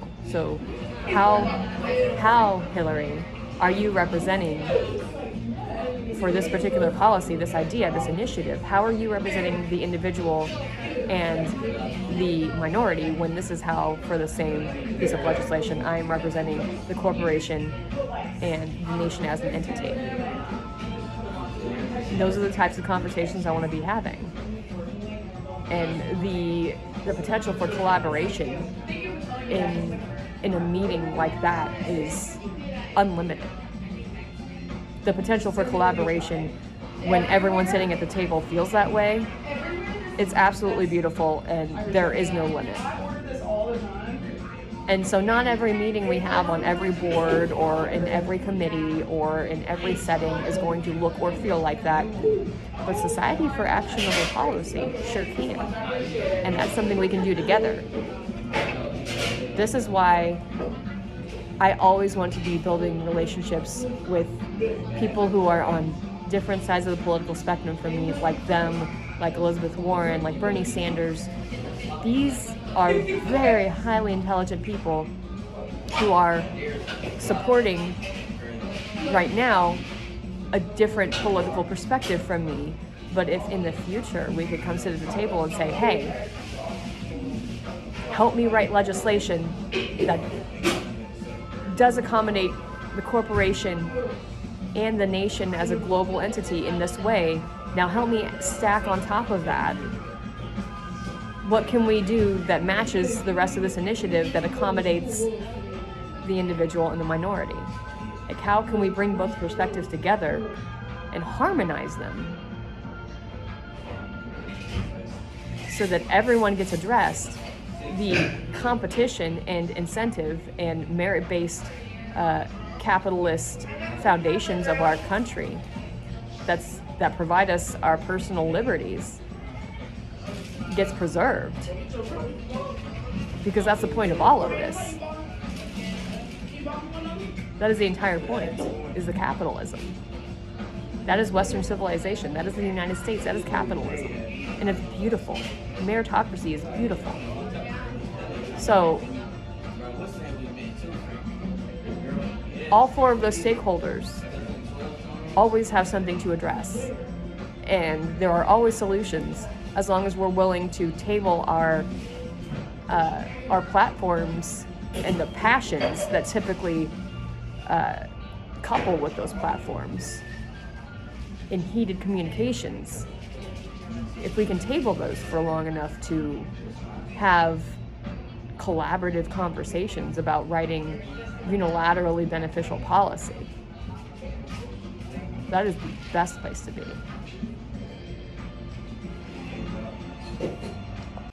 I received a message on Indeed from Futura Security Group about a position I applied for with them, and they said that one of their recruitment management team members will be reaching out to me shortly about next steps for an interview process, and I am so excited. So what I'm doing while I'm here, and hopefully indefinitely, is holding myself to the presentation standards that I would expect myself to share with them in their office. So however I expect or believe that they would expect me to behave or to carry myself or represent their brand and their company and their mission, I want to be exemplifying that everywhere I go, everyone I talk to, no matter how many people are in the room. I want to focus above all on having a good attitude. That is the most important thing, having a good attitude. A good mood leads to a good attitude, which leads to clean professional behavior, and that is precisely the tone I want to set. So that is today's goal, and that will be tomorrow's goal, and the next day, and regardless of what I do with my time, it's the attitude that is the most important thing. Okay, question of the moment. How do I make it financially sustainable to drive that $100 a day car and work a V schedule? How do I manage that? Okay, my original plan was Sunday doubles only of these, so after this week, I might go for that again. And maybe I can accept the idea. It is going to be okay to support myself on $350 untaxed dollars a week, because I know that someday I will have a job that pays me more money and I will be able to afford paying all of my back taxes. It won't be that much. And for now, I can live ethically with myself for making that decision, knowing full well that once I have a higher level of income, it will be acceptable to pay them back then. It will be acceptable to repay the government in the future. All the work I want to do is directly for the government. So this is the right choice. This is what we have to work with, and that is perfectly acceptable.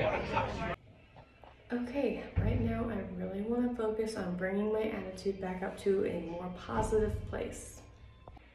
I want to be in a better mood, and I want that to be contagious to everyone around me. Okay, really quickly, I wanted to share the V's waterfall in the front. Look at it. Doesn't it look so beautiful? And the other thing, I know it's really difficult to see this neon sign right here on the camera, but I just want to show everybody it says V's, a nice place to fall in love. It is so beautiful here. Look how beautiful it is. I love it. Okay, I am pretty sure that we have identified the new standard of how I monitor my own mood around people, how I behave, how I stay positive. And so what I've been thinking is how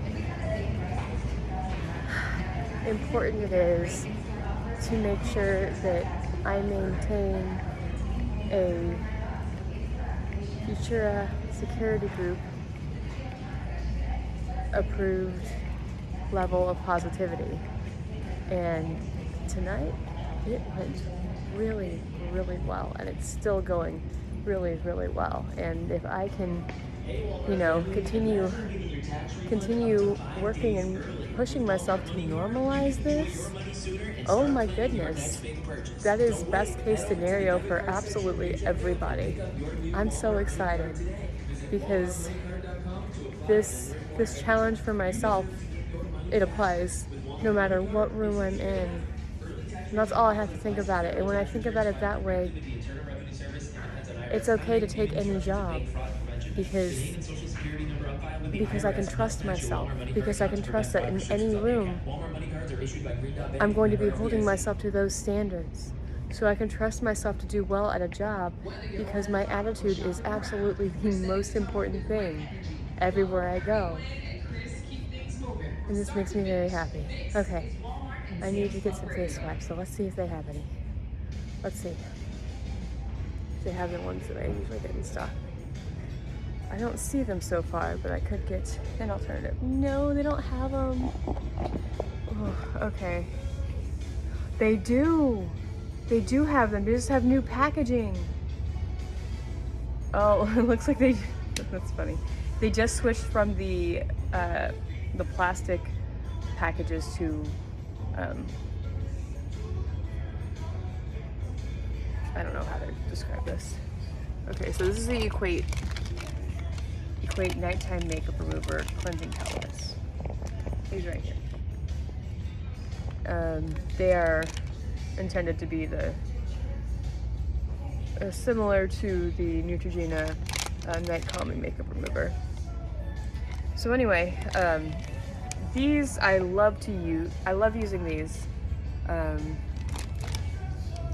Okay, I'm gonna continue this video anyway. I love using these to put on my makeup because they're affordable.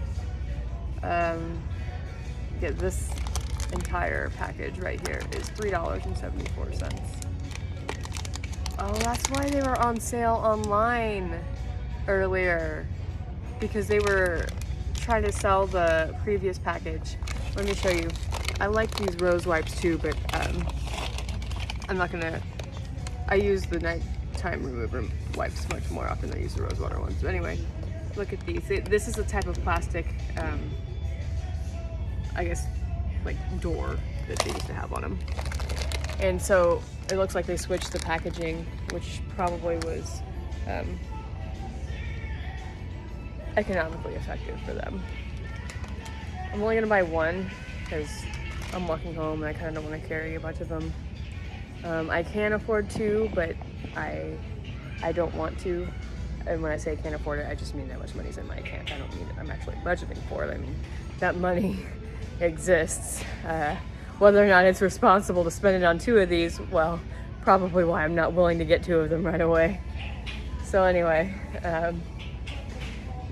they also didn't have the color of the Maybelline Fit Me that I needed earlier, which is 128. I cannot remember the name of it. I don't see it here.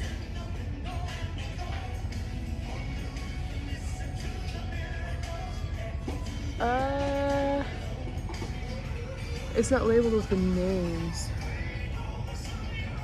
I don't even see this color here. They may not have it. I don't think they have it. They have like every other color.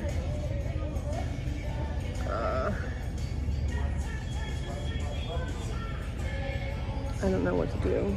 They don't have a spot for it. I'm pretty sure it was 128. I'm gonna have to look it up online to be like 100% certain. I don't know. Let me go look. Okay, so I went to Maybelline's site directly just to make sure they hadn't discontinued it, but it is 128 Warm Nude, and I don't see any places in here. Sorry, I don't see any places in here that are marked for that particular color, but they have so many of the other ones. Well, I know it's not discontinued, and I know that well, let's see. Previously I couldn't look for any alternatives because I didn't have the original with me, and I wanted to like match it visually, and I couldn't tell from my from the cell phone, you know, looking at digital images of it. So I have, I guess what you would call panned in this. I mean, there's sufficient powder for another couple of days, but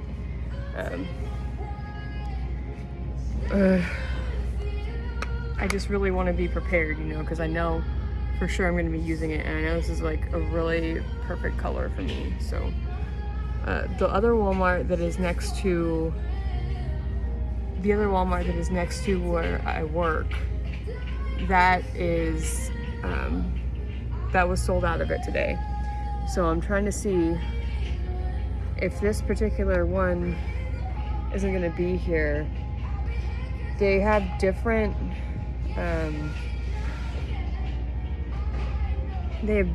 names for their loose powder version and different numbering sections, and they don't appear to have a distinction between warm and cool colors, although they're light medium. It looks very what do you call that? It looks very warm in the picture, but I cannot tell just from where I'm sitting if I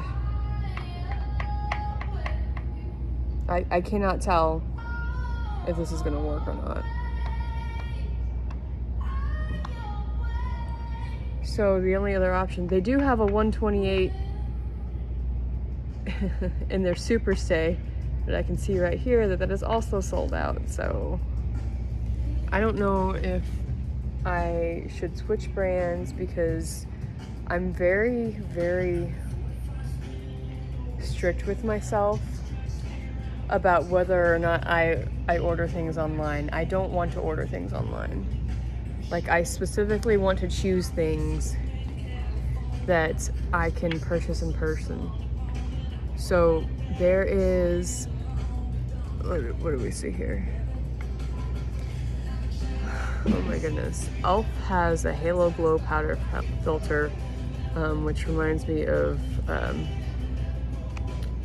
oh my goodness, who had all of those chocolate smelling bronzers not that long ago, like 6 or 7 years ago? Who was that? I cannot think of the name. I can completely picture it, but I just like, I'm gonna look it up because I want to know.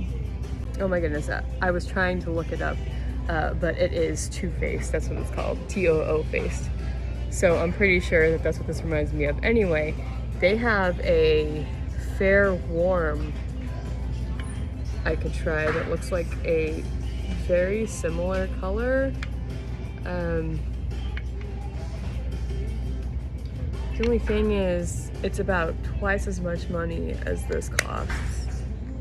So, I don't know. The one I'm looking at is fair warm, like I said. Let me see what other things they have here. This is a neighborhood market, so I don't expect them to have as many, as much of a variety, because they truly specialize in groceries. I am a little bit stressed about the idea that they don't have it in stock. So what I want to do is take this moment right now to recognize that this is an opportunity to manage my mood. This is the perfect opportunity to manage my mood. So this is probably a moment when it would be handy to have the car. Not that I ever would be having time to go places, but if I absolutely had to, I could go somewhere and get makeup. And right now, what I want to tell myself before I start making plans, because I can feel my emotions, they're just kind of, they're tugging at me a little bit. So I'm going to say this. I'm going to say that no matter,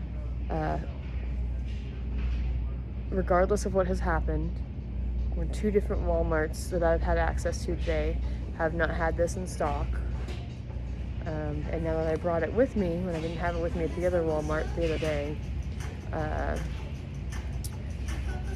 now I have had the ability to match it to other tones of other foundations.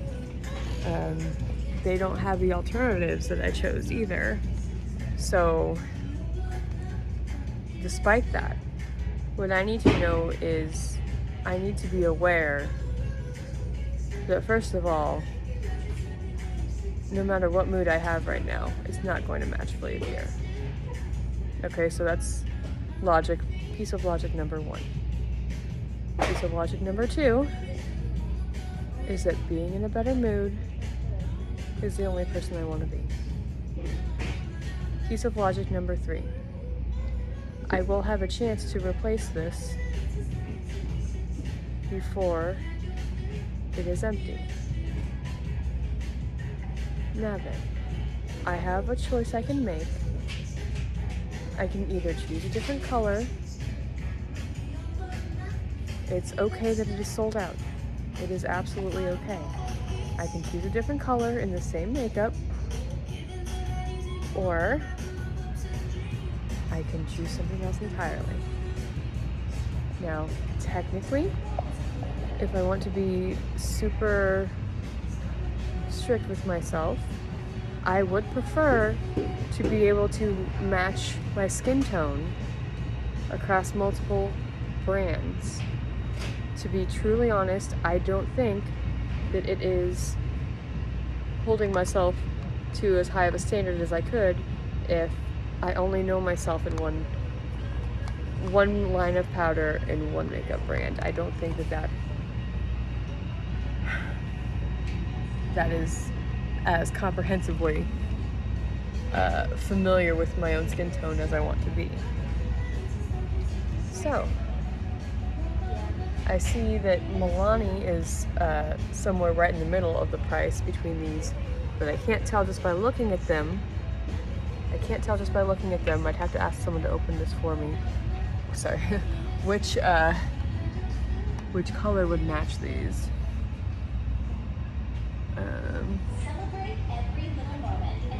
They don't have like a warm, cool thing going on.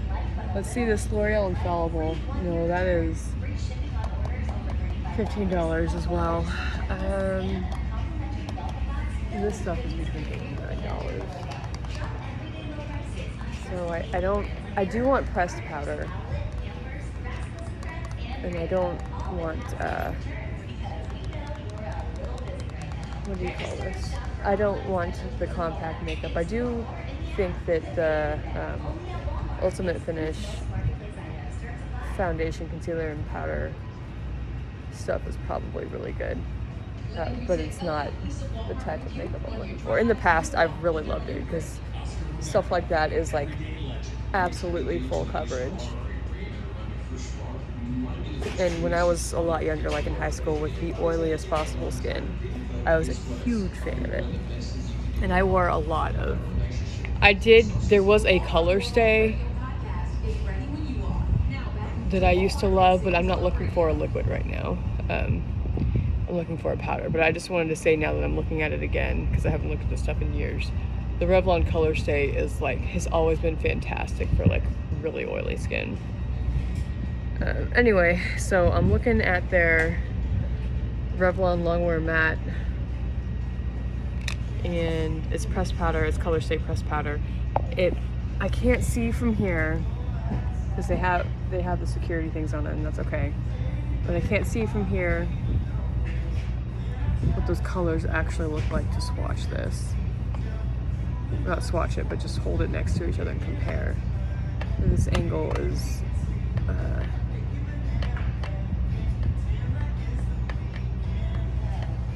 kind of concealing the actual nature of the color. And it says that they have 3 options. They have light, or 820 light, 830 light / medium, and 840 medium.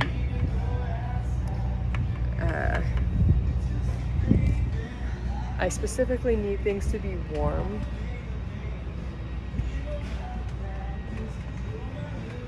So I don't know. I think I might just order this online. And I know I said that I didn't want to. And I don't know if that's a good idea or not, because I have no idea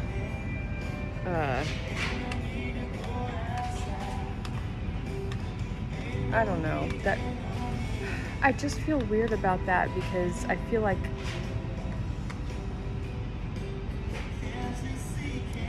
I want to have it tomorrow, and I don't know how long that's going to take for it to get to me. I'd rather do something that sets myself up for success. So I'm going to look at their other store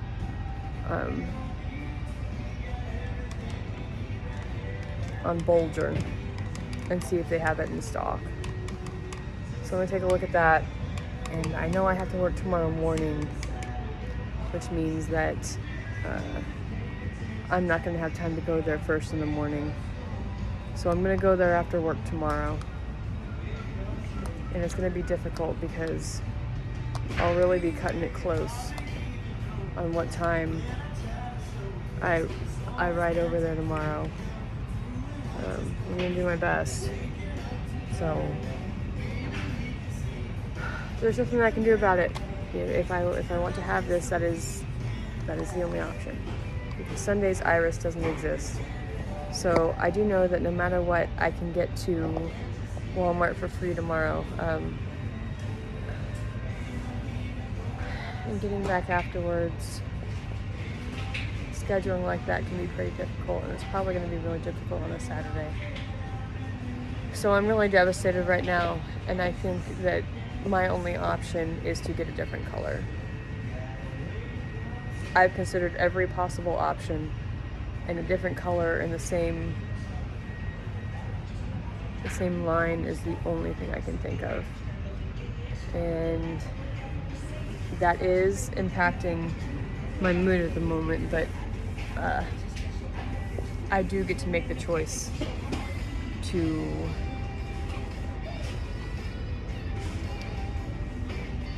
follow through on that. So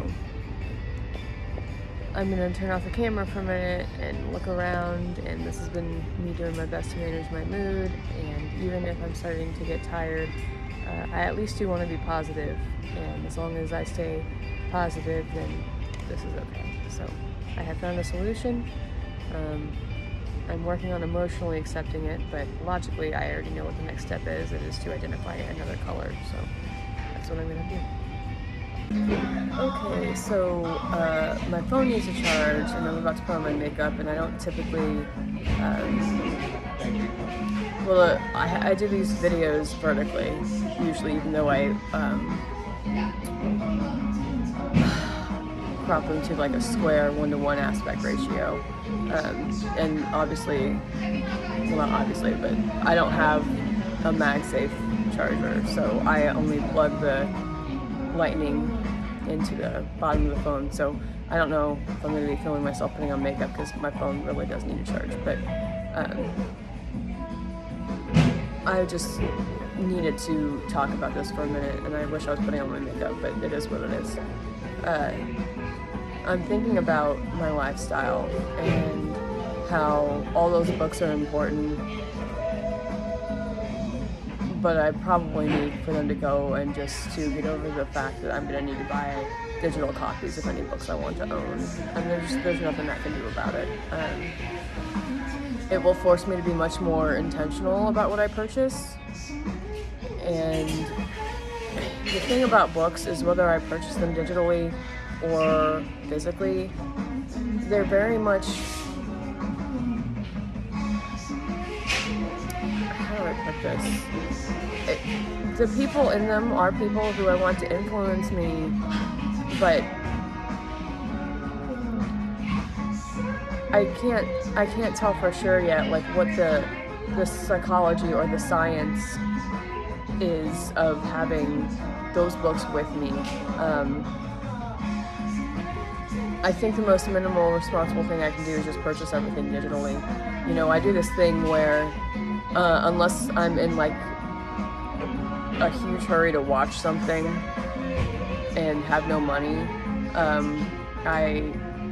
I typically don't even rent digital titles, although I do occasionally. It has happened before, maybe a couple times, but usually I purchase things in episodes, right? Like on either Apple TV or I guess Vudu, which is now Fandango, or you know, or even on Google, the Google Play Library, Google TV, or whatever.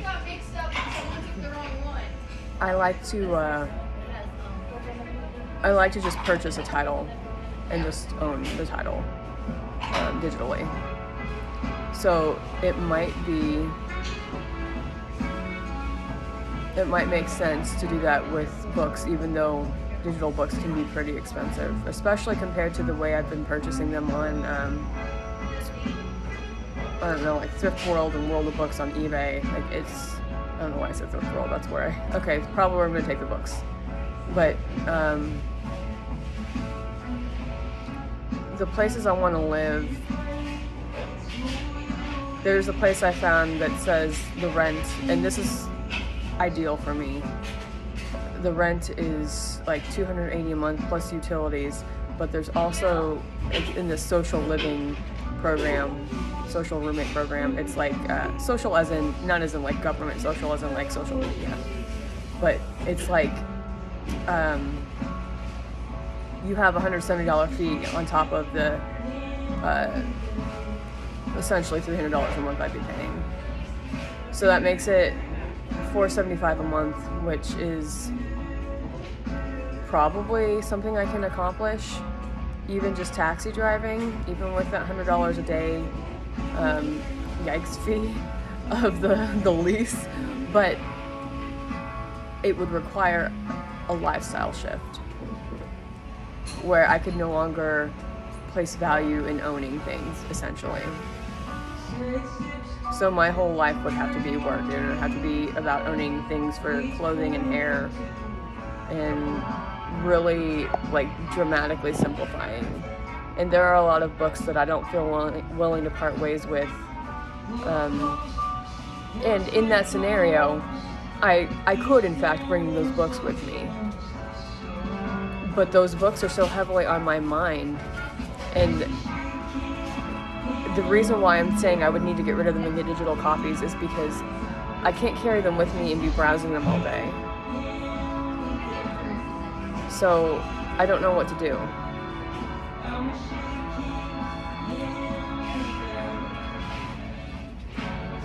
I don't want to be on edge all the time, but I don't see where else I have a choice.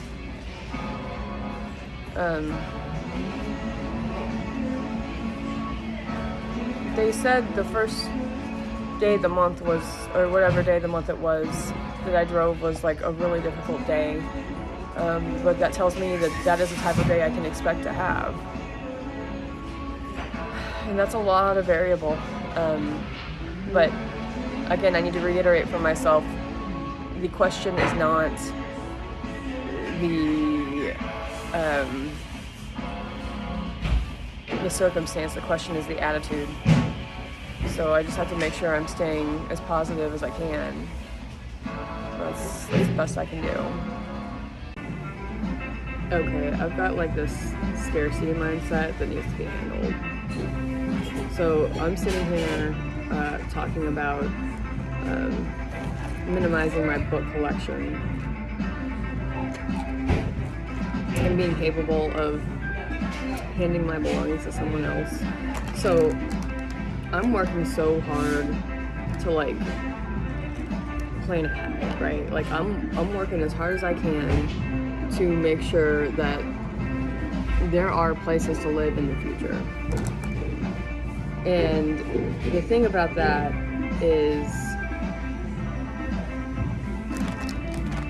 the beauty of that social living situation is, first of all, literally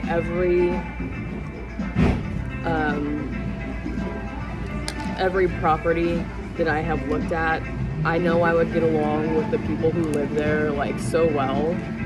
I know I would. And I know that it would be a really fun experience for all of us. But I'm having to ask them, like, if I can postpone that move-in until like the 30th of March. And that's not fair to them. I mean, it's fair because it's a free market and they can do what they want with their own properties, but the whole point of that service is for people to move in like on demand. And so while they may certainly be interested in postponing those moves, they would be costing themselves rent, even if I say I would want to be there for a year or longer. Like, that's good news, but it doesn't help them make money right now. And so even though I bet that these are really great people who would be willing to work with me until for however long it was going to be, like, if, whatever, I don't know. Even with all of that, I don't feel right asking them to basically like pause their process. So I'm just not going to do that anymore. So here's the new mindset I want to have. I want to say, first of all, everyone whose listings I've already looked at, they're beautiful homes, and I would be thrilled to meet all of those people.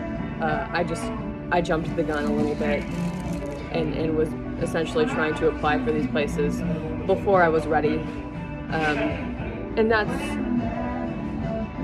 okay. And having the, I don't want to say maturity, but having the integrity, I think that's the better way to put it, to just take a step back. Clearly, these people like to operate somewhere between instant move-in and a couple weeks of lateral. So this is part of why I'm thinking I need to once again cull the number of books I own. So let me start with the books on countries. All of those, like all the information in those books can be accessed online. And I've got a handful of textbooks.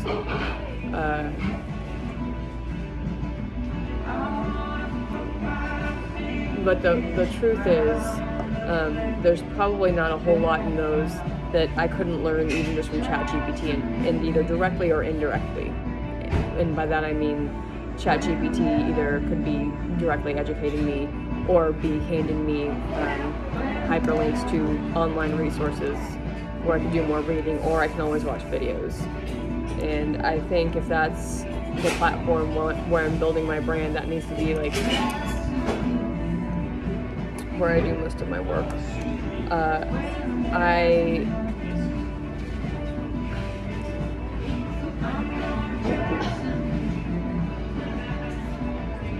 really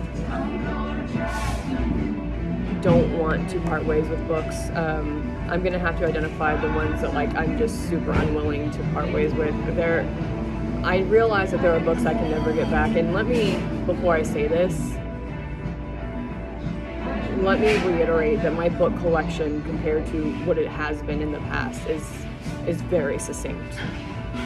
Like if we could look at, if somehow I had a collection in front of me of like all the books I've ever owned physically, then the fraction of books I have now is really impressively short of a list. It truly is. But that's not the question. It's fun, but it's not the question.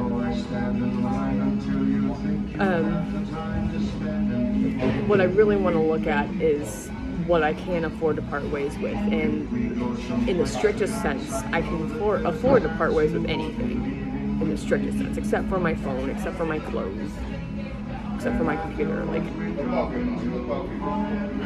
there's just so much, and I don't have to.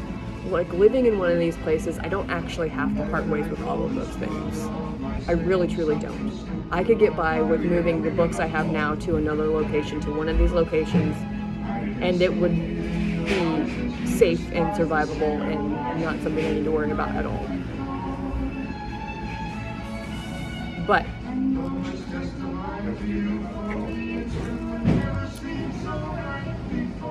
this is one of those things, and I talked about this recently, where these are taking emotional energy from me. They're taking emotional energy and intellectual energy and decision-making energy. And every moment that I'm thinking about them, they're like constituents. they're like constituents in the broadest sense, and I'm not going to draw any more parallels, but I'm responsible for them, for keeping them safe,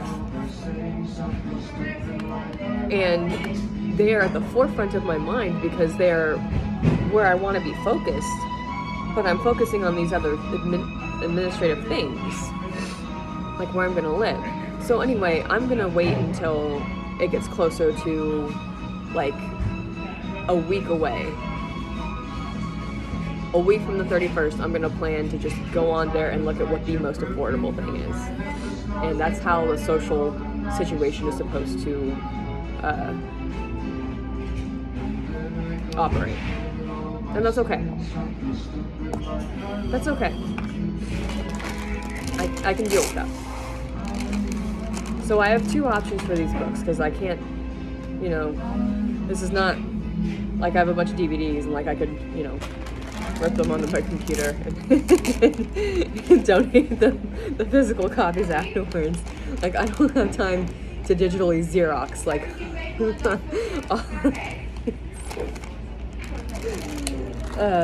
not that that's legal. I'm just saying, like, even if I were gonna do that, I don't have the ability to. And there was a point in time where I was like, well, let me store all of these digitally in my Notion, and like, I know that the NSA will forgive me because it's for a good cause. And truly, like, if I could afford that, I would do it, but I can't afford that, so I can't do that. That is no longer the goal. The goal has to be access information differently, and everything I do essentially is going to have to transition into on-demand. Everything has to be digital and on-demand. The economy right now is very much right now, in a post-COVID world, we live in a very pay-as-you-go society. A lot of pay-as-you-go, a lot of monthly subscriptions to literally just about anything you can think of. monthly subscriptions to entertainment, to education, to drugstore purchases, to clothing, closets, to cars, transportation. Everything is essentially, in this day and age, for the middle class citizen, a monthly subscription. That's what it is to the middle class, because that's what we have available to us. So we get a set number of dollars that we make from our job, more or less, and then we find a balance between what we can afford and who we want to be by subscribing to different services in living spaces and stuff like that. And so it's up to us to, like, if I want where I live to be a big priority, that impacts my spending. That impacts my lifestyle, what I purchase. So that says indulgence is not really an option. And when I say indulgence, I have to consider, to afford a lifestyle like that, I'm going to basically have to constantly be on the road. Like, there's no getting around that. Like, especially if I want to keep my commitment to working 1 day a week at fees, that cuts my driving down to 6 days. Now, in the instance where I choose to drive for Iris 6 days a week, if that is an option, which it sounds, based on what I heard today in an Iris ride from a driver, he basically said that there are different shifts available in North Kansas City, which coincidentally is where some of these locations are. Not that it matters. It lined up perfectly for like 5 seconds when I originally researched it.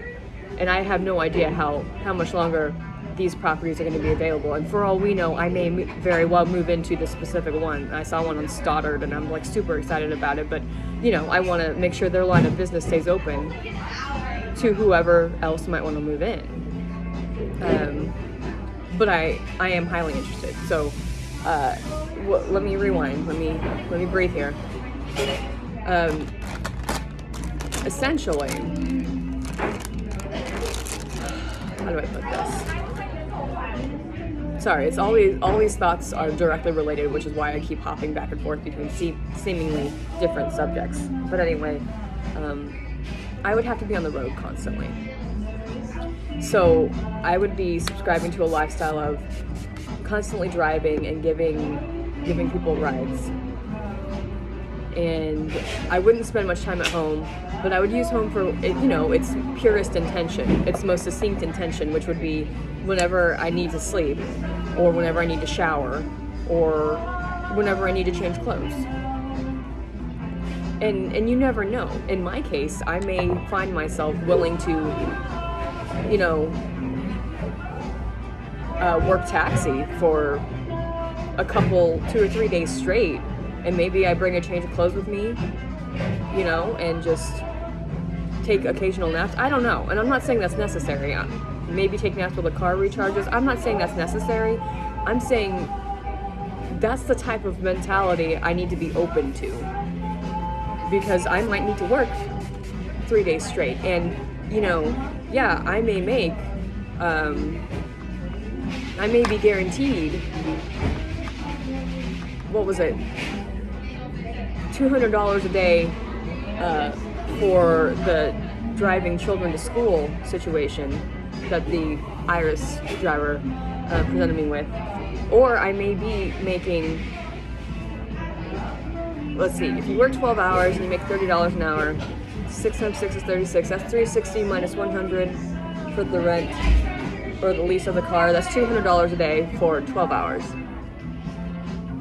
If I make $200 a day for 12 hours of, what's that called? Iris. And apparently the bidding shift is not going to be as difficult as I thought it was at all. So I need to go back and immediately get started on that. But that doesn't mean that I necessarily am done after 12 hours. You know, just because a 12-hour shift was a 12-hour shift, and I did make $200 for the day, doesn't mean that I'm off the hook and suddenly, like, it's all good. Like, I'm not going to have that 7th day a week of that, but I'm still going to owe the lease for that 7th day a week. So I would actually need to continue driving taxi for the same day. And back when I was thinking this years ago, before I got distracted from this particular lifestyle approach. And it was like, when I was a bank teller, this is like 10 years ago. When I was a bank teller at Commerce, which is one of those Kemper institutions, and it was my introduction to banking, when I was a bank teller there, I was also hosting on the weekends at Hereford House Independence, which is like a local steakhouse. And I noted that when I had 2 jobs, even though I made so much more money in both of my banking jobs, because while I was working at Hereford House, I went from Commerce Bank tellering to the commercial banking back office at UMB. Again, in retrospect, still loved both of those jobs very much. But I noted that even though both of those jobs paid me so much more than Hereford House did, there's something about being in a consistent mindset of always working that prevents you from spending money, even if your goal isn't necessarily directly to save money. So I would tell people when they would ask me, like, you make all this money at your banking job, why do you bother keeping this? And I'm like, I didn't tell them this, but first of all, I like to work. Like, I like working all the time. It's honestly my favorite thing to do. It feels good to work. It feels good to make money. It feels good to be a part of the community that just feels so good. It feels really good. The second thing is, what I actually told them was, I spend too much money when I'm not working, because there are 2 mentalities, right? You're either making money or you're spending money. And that was just how I saw things. And I don't know if I 1,000,000,000% still agree with that today, but there's certainly some truth to it. There's certainly some truth to it. So I was just like, if I'm working 7 days a week, I don't even have time to spend money. And that forces you, that type of lifestyle, it forces you to only spend money on the essentials because you don't make time to shop. Like, it is a big deal. Like, it's a really big deal to interrupt the process of working to walk into a Walmart and grab a little packet of face wipes. Like, that's a huge deal. It's a big commotion in my day because that's a different headspace from making money. And so right now, in a V's schedule personal world for myself, where that's what I do, is work at V's,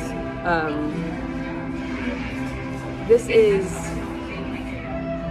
an ideal transition where it's like I show up after putting on my makeup at Starbucks because, first of all, in a world where I don't have a car yet, it is easier to ensure that I will get here to this location with ride availability the earlier in the day I schedule that. And I'm not saying I schedule it early in the day, I'm saying the day before I need the ride, I schedule an early pickup. That's what I'm saying. I'm saying the day before I schedule an early pickup. As an Iris customer. As a guest in another driver's vehicle. So,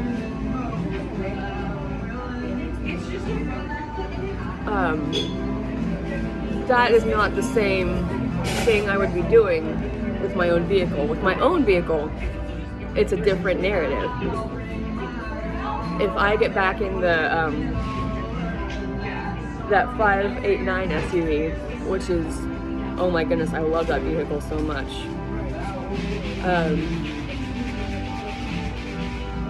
If I get back into that, then I don't have these daily shifts where I put my makeup on at Starbucks and then walk to work. That's not how it would look. Now, assuming I would be eligible to schedule myself for those IRIS programs, which I will if they do let me do the ride-along, because they all told me I was quitting too early. Like literally all these people I love working with, they're like, no, you quit too early, so you need to come back.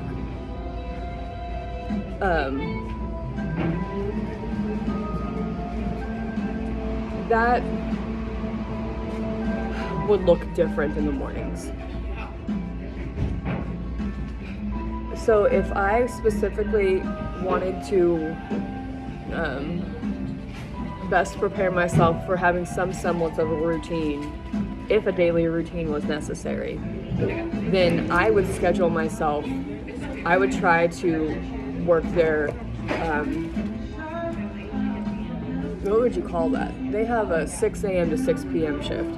I don't know if that's just in Independence. I know they drive in North Kansas City too, which literally either one I'm happy with.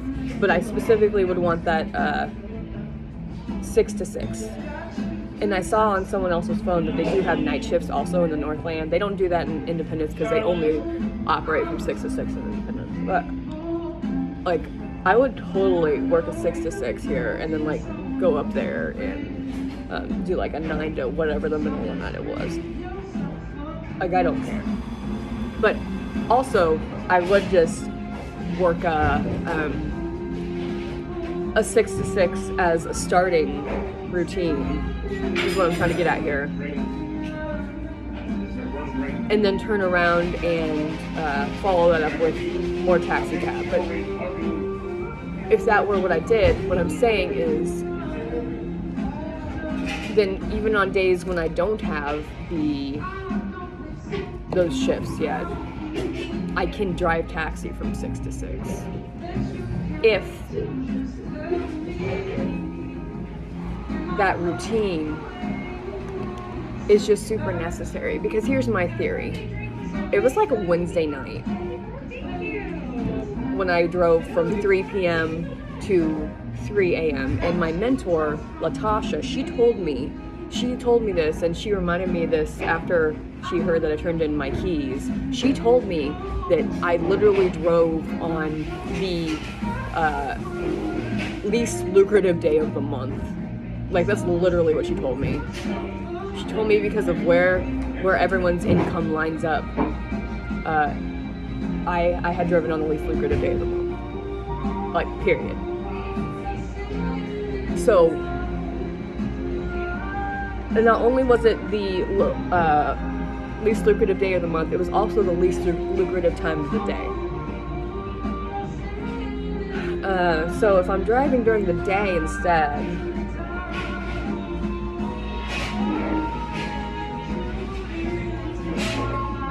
I'm hoping I would make more money, but we don't know. But forget that for a moment. Here's a different way I want to put this. Even if I did not make more money,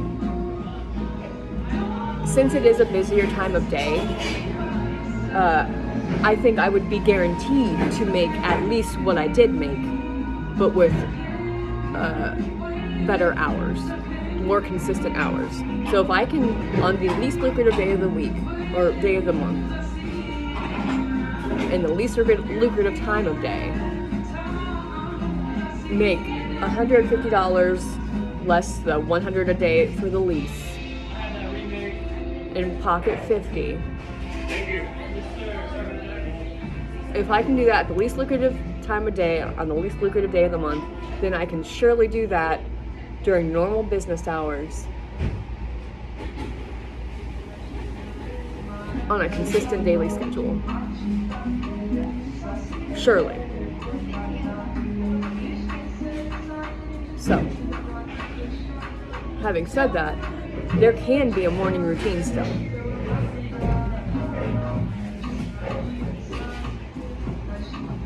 And 6 to 6 would be the ideal one to follow because I would be able to work the same schedule regardless of whether for that particular day I had scored an Iris shift or just chose to drive a taxi. And the driver I had today said his favorite program that he typically works, the only one he likes more than Iris, is the children pickup program. And my issue with that is the inconsistency of the money. I would rather just commit to Iris because it is an all-year service. You know, the holidays and vacations really impacts availability of school deliveries, school rides, school cab. And that's okay. Like, he said he's been doing it for like 10 years, and I'm saying, like, yeah, good for you. I can't be that variable in my earnings. That's really difficult for me. So if I now operate from a perspective of I'm guaranteed a minimum, if I work a 12-hour shift during normal business hours, I'm guaranteed a minimum of $50 a day. And I do that 6 days a week.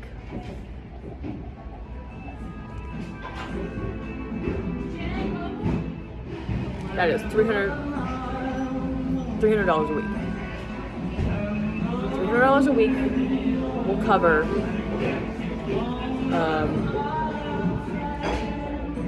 $400 a month in residential expenses. Period. It just will. And I never have to pay for refueling the gas in my car because it's just electric and I can just come by the office and recharge it literally anytime I want. Anytime. So that'll cover my living expenses. It won't be, super cushy, but, it's time for me to grow out of that anyway. It truly is. Like, not because I don't believe in the people's right to live that way. Oh, awesome. Thank you. Thank you. And in fact, it's because I want to ensure that other citizens can choose to live that way. Is why it's so important for me. Because my focus truly has to shift from what kind of lifestyle I want to what I want to accomplish. And that's the key word right there, is what I want to accomplish. Awesome. Thank you so much. So how that looks is much less important than achieving a state of going through those motions. So here's what I'm gathering right now. These social online rent a room in a home. This whole social scene is going to be a lot of fun, and all the people who are interested in those programs are going to be really fun to live with. So I'm going to look at it instead of just, oh, I wish I get this one specific house. I'm going to look at it this way. Whoever I live with, we're going to have a really good time. We're going to have an amazing time, whoever I live with, and it's all one community. It's all partially local, partially online. And it's going to be a lot of fun for all of us. You know, and who knows how long I'm going to live like that, but that service is there and it's probably only going to grow. So this is sustainable for me. This is enormously sustainable. And I don't have to worry about anything because, you know, if one home is like, hey, you know, we've got XYZ thing happening or we're selling our house or whatever, which they probably won't because it's a huge source of income for them. If anything ever happens, it's a whole network. And it's going to be a ton of the same really awesome people who are totally on board with that lifestyle. And it's a really, really cool way to be a group of really independent, motivated people who are totally comfortable being, you know, in a social living environment. And it's going to be a great way to meet new people. It's really fun. This is a really fun plan. I'm really excited about it.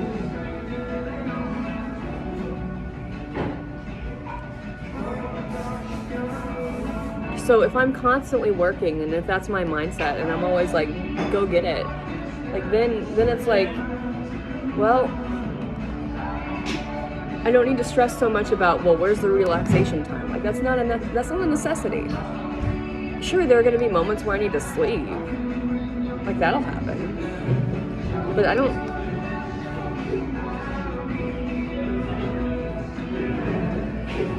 know. It's not the scary situation that it felt like 4 or 5 hours ago. $300 a week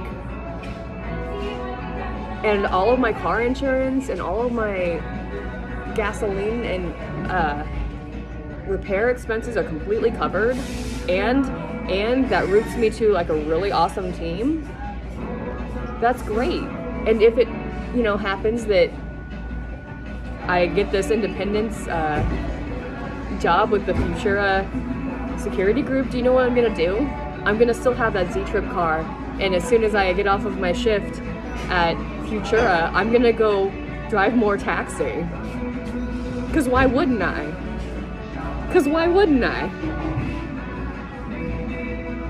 So, once again, it truly is all about attitude because all of this is affordable. It's completely affordable, it's completely responsible, and all of my jobs, all of my pursuits, all of my plans are all incredible ways to connect with community and meet new people.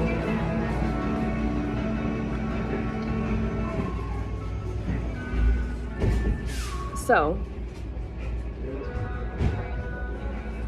you know, there is a thing I scoffed at occasionally, not every time, but I've wavered back and forth on this line from the minimalism movie, and I'm not going to deliver this correctly because I don't remember the exact phrasing. Oh, what was it?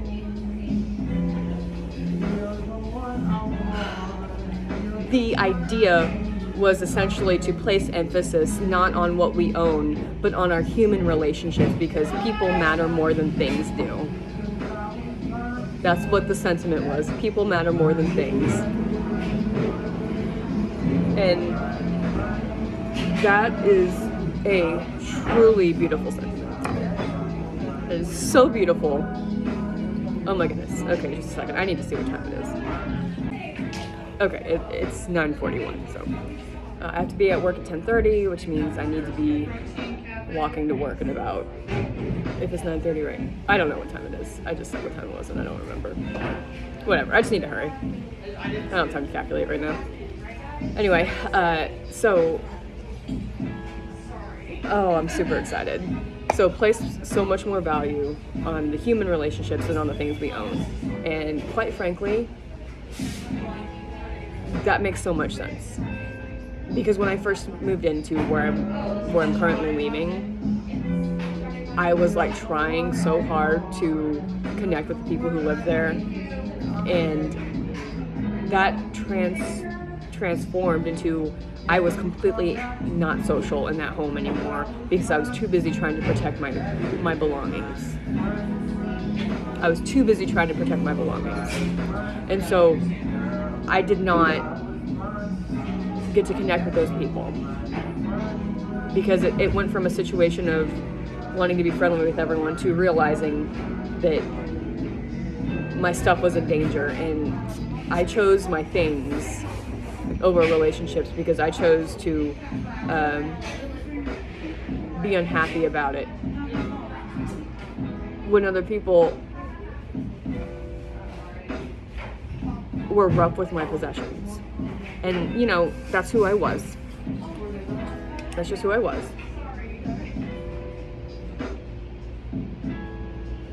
And I don't have to be that person anymore. I can be completely detached from the things I own, and I can own so much less. Because previously I was equating my personal wealth and personal worth to what I own, and not to how I was spending my time.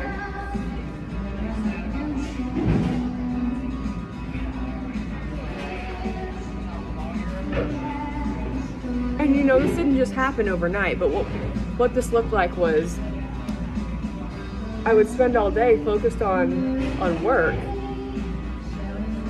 and I'd come home and I'd be someone else. I'd be someone else because I'd be like, look at all the stuff I have. I gotta make sure I'm protecting it. Well, I don't have that burden anymore. The more I give away to other people. And if I put less emphasis on items and more emphasis on lifestyle, I never have to have that drama again. Because I'm going to be surrounded with like-minded people living in the same place as me.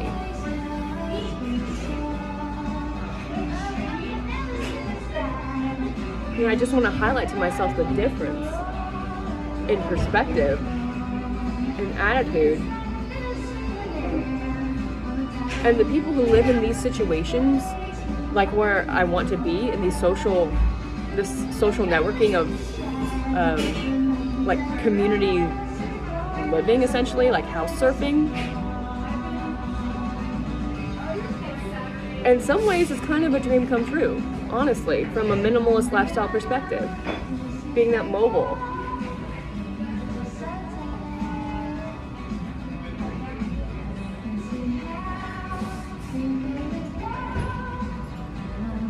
Like, this is best case scenario.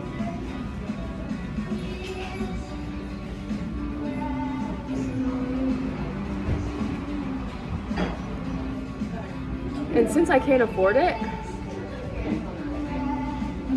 I don't need to stress about whether or not I'm going to make time for my books to keep them with me, because I'm going to need them in the future. I don't know when.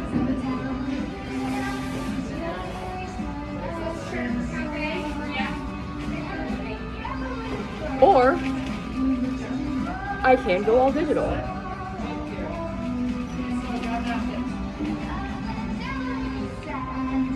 But the point is, I have the option.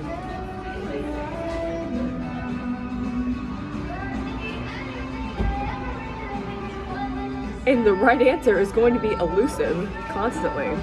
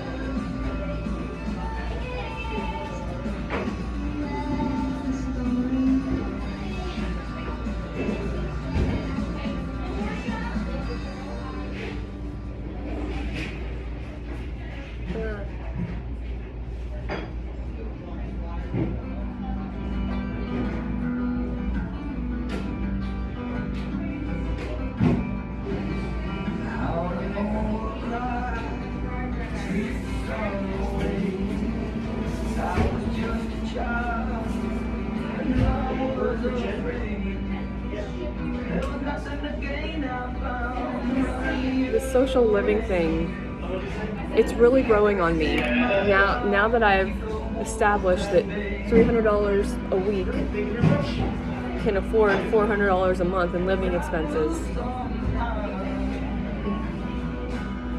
I feel so good.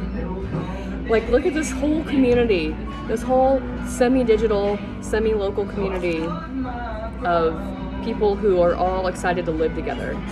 And if I look at it that way, it's not worth stressing which house I live in, because it's a whole community. Literally everyone who lives in these programs they're all connected. They're all connected. What an exciting way to live.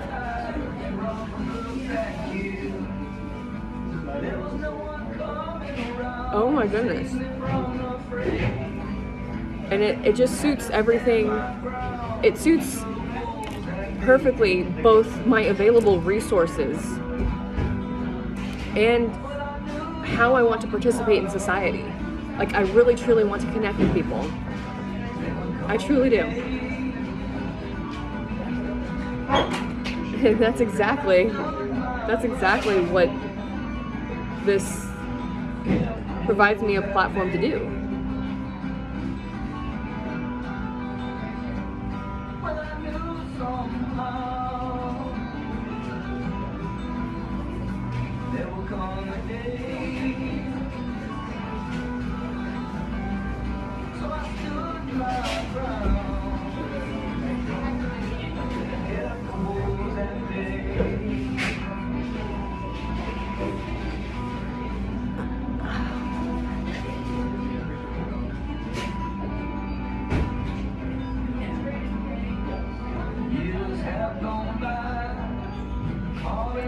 So let's say, just for the sake of being organized, that there are three instances, 3 weeks in a month. I know there are more than that, but just to be consistent, let's say there are 3 weeks in a month.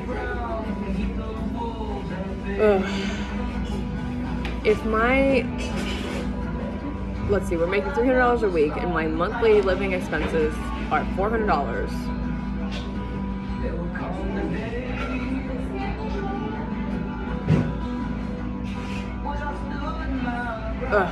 That's more math than I'm really willing to do in my head, honestly, unfortunately. Let me think about this. I'm just thinking about how I can divide that across multiple weeks.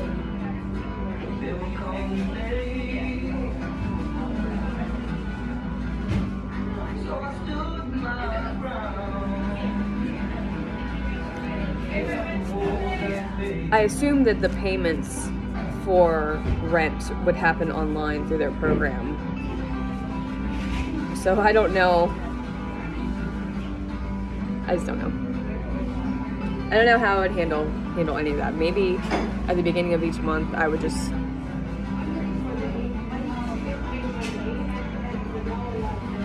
if I get into a habit, for example, maybe I pay $25 a day. How quickly does that add up to $400? Let's see.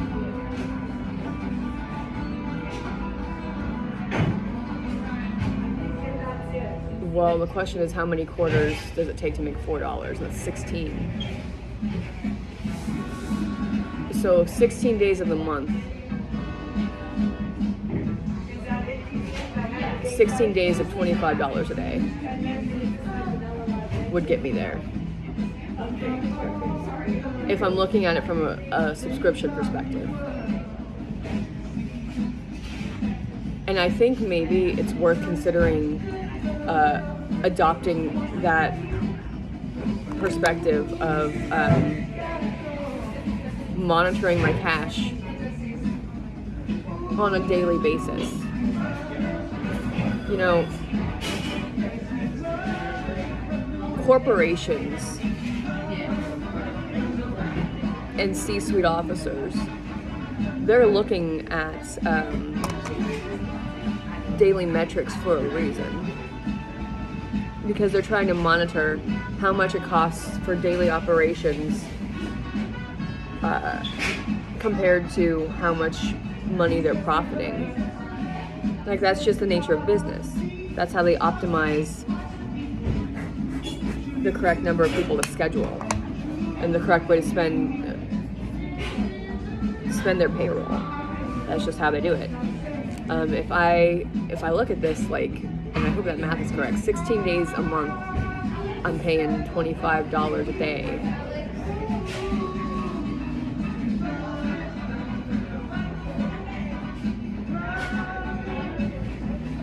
I don't know if that works, though.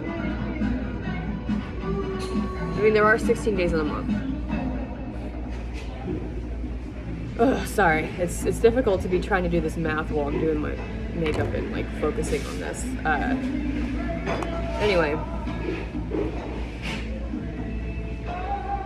I know this is not as exciting as what I was saying, but it is something I have to clarify, so I'm just gonna focus on it anyway. Not everything is fun. It's okay. 16 days a month. So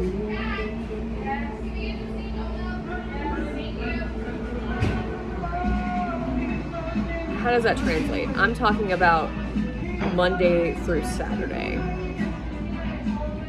Or if I did Monday through Friday, 6 days a month. Or 16 days a month, sorry. Monday through Friday, 16 days a month. Even in February,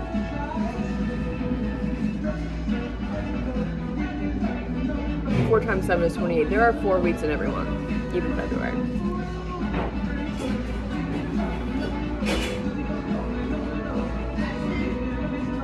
So then essentially every Monday through Friday, $25 is going to rent.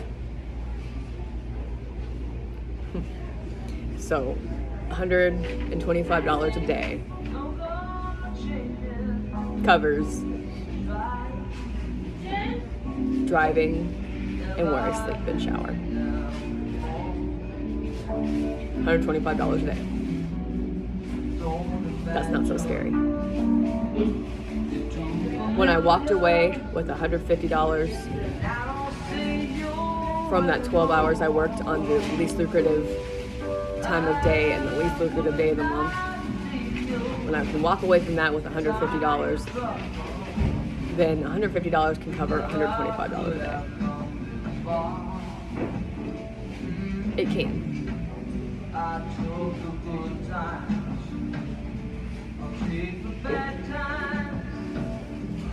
And that I want to look at as I'm guaranteed that much. The ceiling can always raise, but that is the floor. That is the floor. So after all of my bills, or those 2 types of living expenses are paid, the least amount of money I should expect to walk away with on a day is $25. After all of my transportation and housing is covered.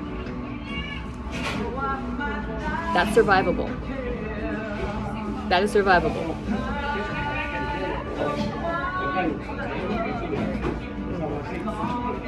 It's scary to someone who has been living with a different mentality for her entire life. But it is absolutely survivable, and all it takes is a mindset shift. That's all it takes. I can do that. I can live like that. Because what I'm trying to accomplish is more important than how stacked my savings account is.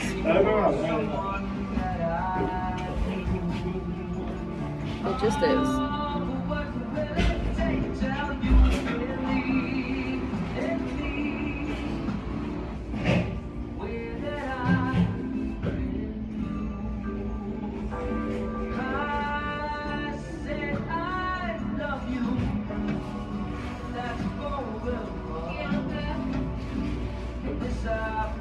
So a lifestyle like that is massive accountability, because it says I can't afford to do anything other than work. I cannot afford to do anything other than work. Like, that's just how I have to exist.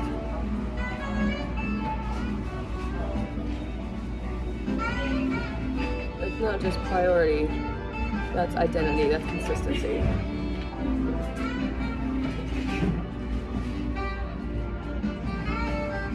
And that's okay.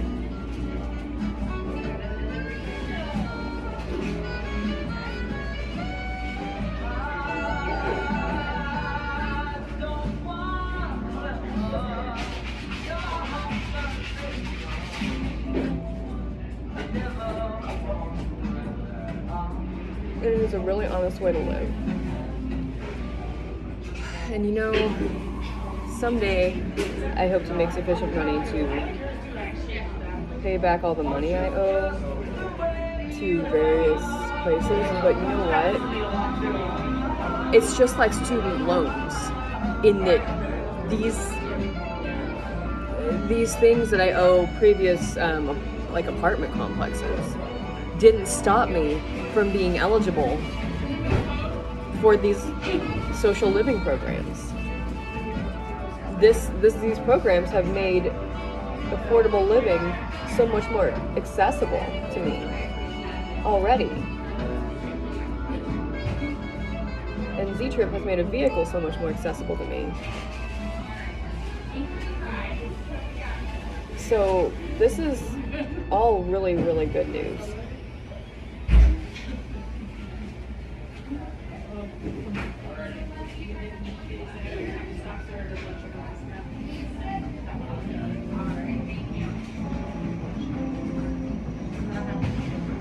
And this is the best plan.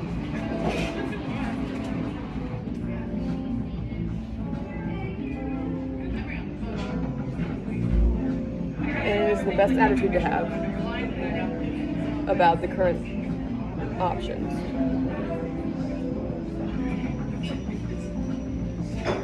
So this lifestyle change is going to be a massive success.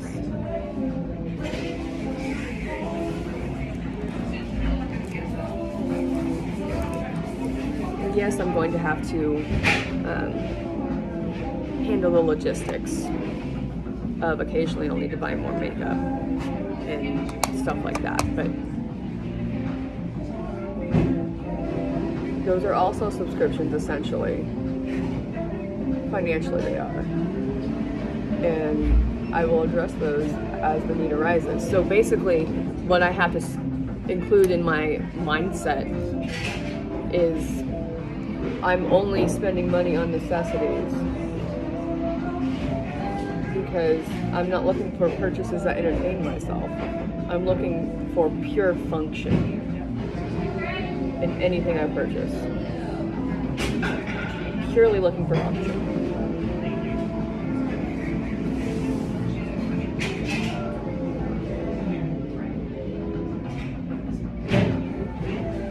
That is the goal. Function.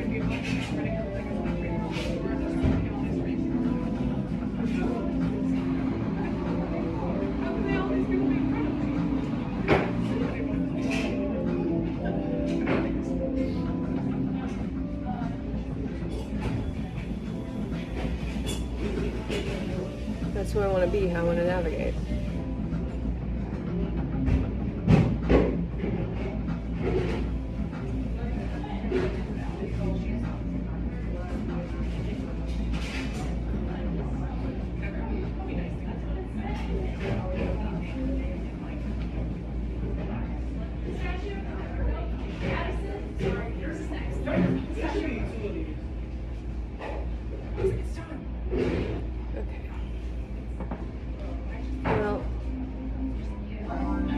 My phone just informed me that it does need to be plugged in and charging, and I need to start being more mindful of what time it is.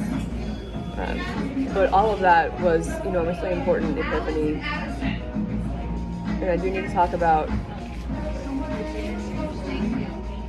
how my lifestyle is going to be different, how I'm looking at what I spend money on and when and why.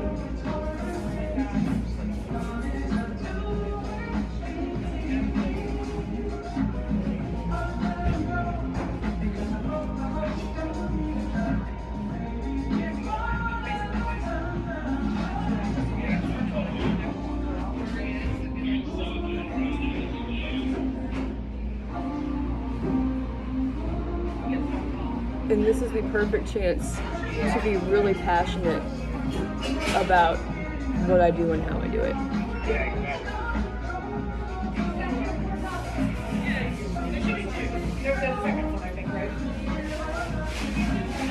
And all of these places are fully furnished. They're fully furnished, and I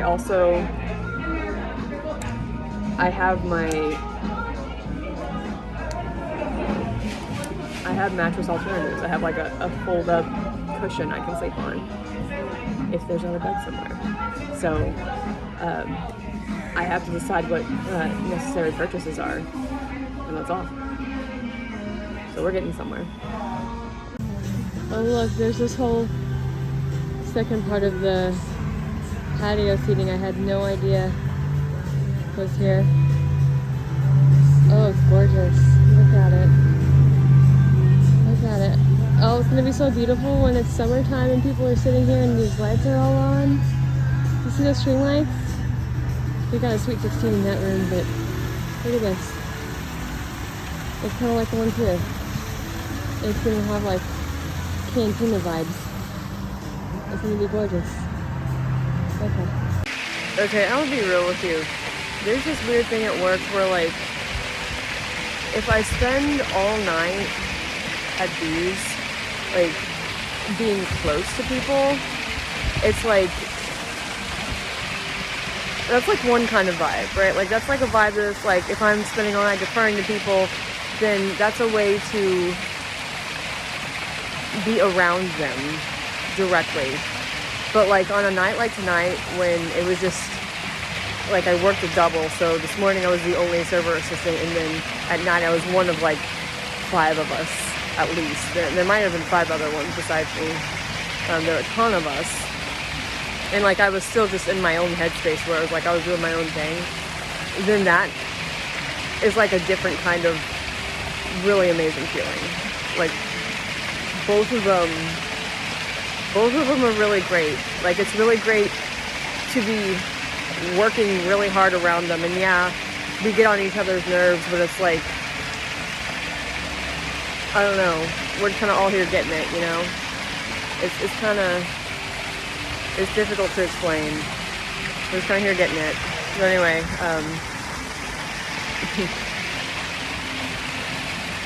it's just been a beautiful night, and there was all kinds of Americana. There was like a 70-something birthday of somebody's, and like, oh my goodness, there were so many people in the lobby or the dining room tonight.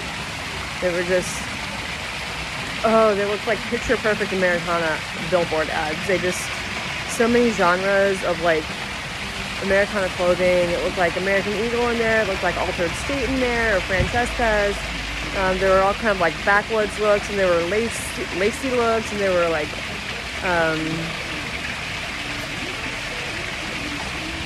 clubbing gowns, and it's just all kinds of gorgeous people in here tonight who just look so pure Americana. And I had to take some time to say hi to a few of them, and I know that was, you know, it was what it was. I took the time to literally just be standing in the dining room waiting for them to give me a second to say hi to them, and that, I know the optics of that are, I know what that is. I know how that feels to watch. I know that's like, girl, why are you just standing there, to everyone on the clock, but to those people and to the celebration of my just realizing that we had such a massive accomplishment in Iran. It just made me so happy, and I was just feeling so Americana. And like the same restaurant, because it was so nice outside today and yesterday, last night, even though it was Friday, was like nearly empty. in the dining room. But tonight, like everyone who, I guess, you know, whatever they had to get out of their system they did it yesterday, they felt like dining in today. Like all the Americana sweatshirts and logos and styles just all came inside. And oh my goodness, it was beautiful. The mix was beautiful, the energy was beautiful, and everyone was just working really hard, and you know, it was just really fun. And I'm like super exhausted, but it has been so much fun, and I'm so happy that so many people were here. It was the best. I really, really, really want to meet the Trump administration. Like, I really want to meet the Trump administration. I want them to see my content online and contact me and be like, hey, our people need to be talking to you all the time. You just keep in touch with us or something. I don't know. Just directly contact me and be like, hey, you've got really great ideas. Why don't you be a part of the team? And I kind of want that to be incentive for myself, but I also want it to be like, regardless of whether or not that happens, I want to be stepping up my game like every day. So that is, of course, my personal goal. But if they want to step in at some point and say, hey, you're doing a great job, but we're just going to show up and interrupt everything you're doing anyway, but keep doing what you're doing, that would be fantastic. If they just suddenly called me and were like, yeah, you're really informing a lot of our decisions. Like, if you want to come work with us, like, we're totally cool with that. And also, it could be a remote thing. It could just be just so you know, go ahead and continue living your life. We know you want to work with a future security group, so continue posting things, and we're watching. If someone could tell me that, I'd feel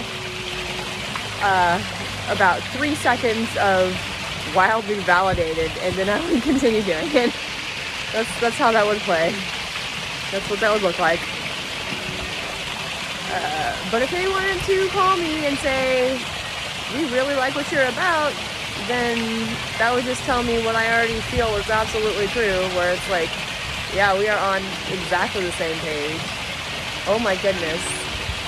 You know, I think if I were sitting in a room or standing in a room where Kristi Noem or Caroline Levitt or Pam Bondi were talking to anybody about anything, I would not absorb a word they were saying, because I would just be like fangirling so deeply that any one of them,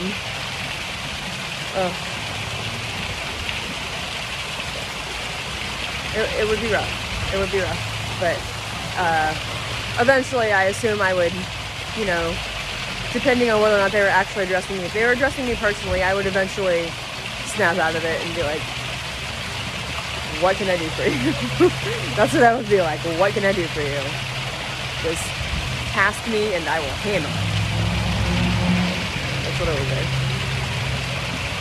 But I gotta be honest, with this room surfing stuff, whether or not that process does, whether or not they interrupt the process, let me put it this way. I will be happy no matter when they interrupt my life and say, hey, come work with us. But while I'm here, I'm ecstatic for everything I've got going for myself. Like, I am super ecstatic. I cannot even tell you how happy I am with the idea that I'm going to try to get the Z-Trip vehicle back Monday, and I'm going to try to do my best to stay on that positive track for Futura Security Group and continue my intention of working only Sunday doubles here. Like, I need to tell Greg that, but that's what I want to do. Like, while I'm here, that's exactly what I want to do. And anytime they want to come interrupt me, Trump administration, you are completely welcome, and consider this a formal request. Like, anytime. Okay, literally, like, so tired right now. But what I need to do is, since I've got this free time, not free time, I mean, I worked extra, and I wanted to come home and sort things, but it occurs to me, I really need to get to the videos. I'm building up just a slight backlog of what I've recorded, and I need to compile some stuff and just decide where the starting and closing points will be for the vlog compilation number 2.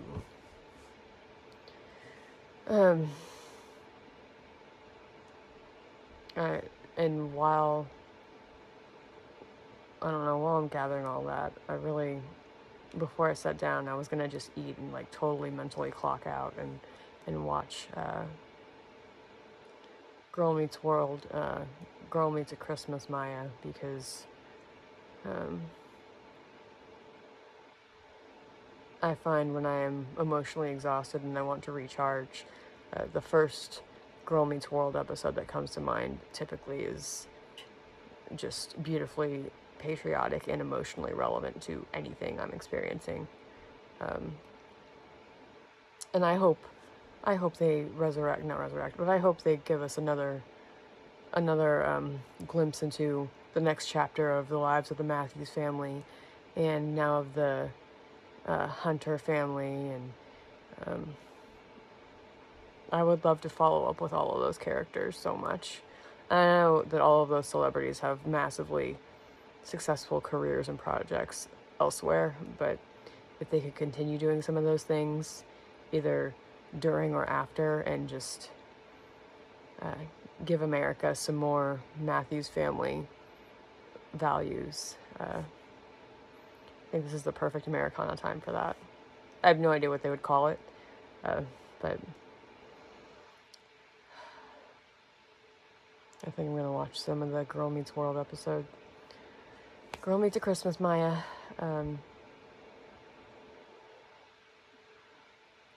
I was about to say, like, I can isolate, like, a previous favorite moment, like, favorite scene in that episode, where when I used to watch this episode, like, it would typically be to see that moment. And now I've spent so much time considering all of those characters and all the different possibilities for relationships from every angle. And their interconnectivity is just so beautiful. Like, gorgeous ensemble. Oh my goodness, all the characters. It's just so genuine. So I guess I'm going to do that first and just do my best to afterwards get back on top of things and start sorting through some of that video feed.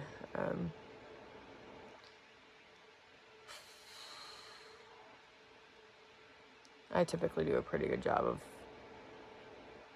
getting focused again after taking a break, typically. So here's my chance to prove it, I guess. I'm just feeling really emotional right now. Like, while I was at work, after I for the first time read some headline about what was it? I saw a C-SPAN notification on my phone.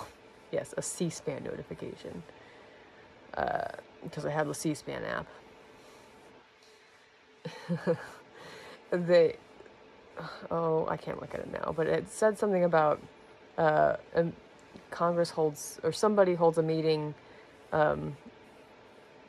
about the follow-up for something to do with Iran, and I was like, what is this? And apparently we went in there and cleaned up a little bit. And that's the only way I'm willing to word it, because I'm not going to go into details, because I don't know any details. I don't even know the name of the person. So I don't know what that tells us. But whoever he was, he had some mighty powerful allies, and once again, the repercussions that we have always feared were just non-existent. Because America is the greatest country in the world. The greatest, the strongest, and because we are so bold in the face of fascism and dictatorships, yeah, we would like to see European allies get stronger, but they have the freedom not to, because we protect them. We protect them, you know. France and Canada get to be as welfare state oriented as they want to be, while you've got countries like Finland at the border whose military appears to be ready for anything at any moment. And then us, who just apparently from now on we go places that need fixing and we make things happen. When someone is a nuclear security threat, a global nuclear security threat, we take care of it. And that should be making all of our NATO and European allies and our allies everywhere, frankly, feel much safer. You know, it makes me feel much safer. And that's, in my particular case, not necessarily ideal, because I don't want to get complacent. I always want to be coming up with new ideas. But even if that weren't the case, which it is, clearly they have set themselves up for success. But that does not stop me from wanting to be involved in policy. That's forever going to be my passion. And as I've been telling myself, you don't just earn freedom once and it's yours eternally. Freedom is something we as a country have to continuously protect. Freedom is not a birthright. It is earned repeatedly. And the reason why we are the #1 nation in the world is how hard our military and our leadership works to defend that. 24 hours a day, 7 days a week, 365 days a year. It is a continuous, ongoing process and will always be absolutely necessary.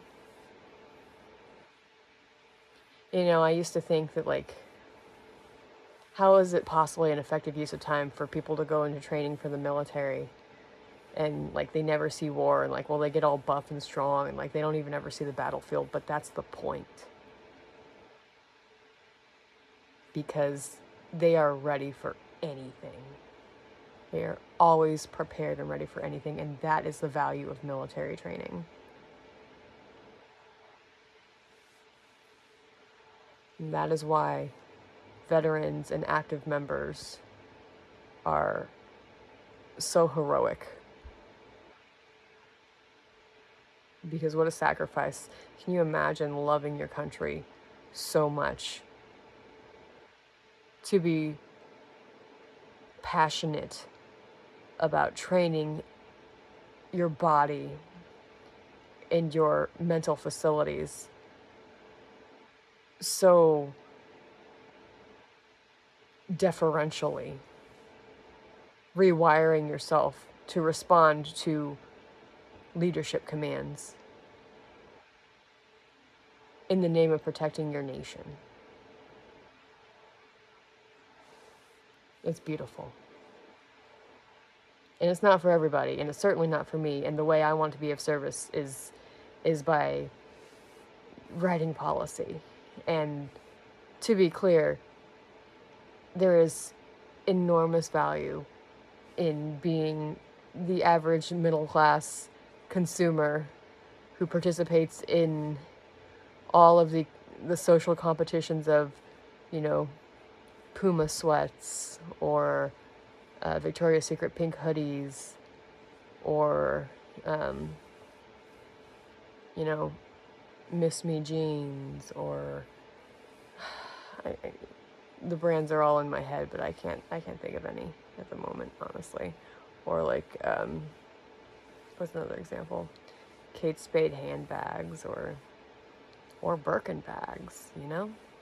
I don't know if that's middle class or not, but it's certainly class, I'll give it that. Anyway, We need all of that. And, you know, government isn't just elected officials and people who hold office. Government is also our social media leaders and our capitalism leaders and our corporations, and we need it all. We're all a part of the same nation, and we're all part of the same economy, and our economy is what makes us the strongest nation in the world. So all of those roles are valuable. All of them. And I'm so thankful we have all of them. And the reason why I want to participate in the way I want to participate is, while the psychologically strongest, some of the psychologically strongest people our nation has to offer, dedicated to defending our borders and anything military related, while they're training themselves, their minds and their bodies to do whatever it takes to defend our liberties, I want to be one of the people who helps shape what those liberties look like on paper. That's the role I want to have. And I want to be involved with the Trump administration. Like, I truly want to.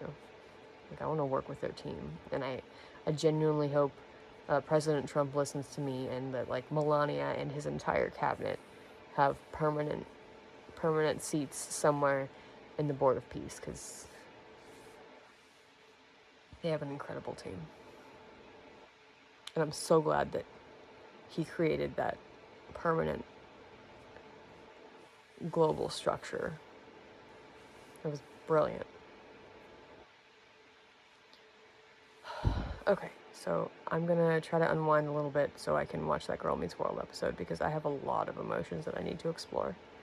And it's been a while, and I historically, I just really enjoy watching episodes of Girl Meets World to unwind, because it is so Americana, and I connect with the characters and the actors so much, and they always weave U.S. history into the entire narrative, and it is beautiful. It is so beautiful. So I'm gonna go watch A Christmas Maya and do some manner of snacking in the middle, and then get back to focusing on getting these videos from iCloud into my laptop and freeing up some space on my phone and doing some editing.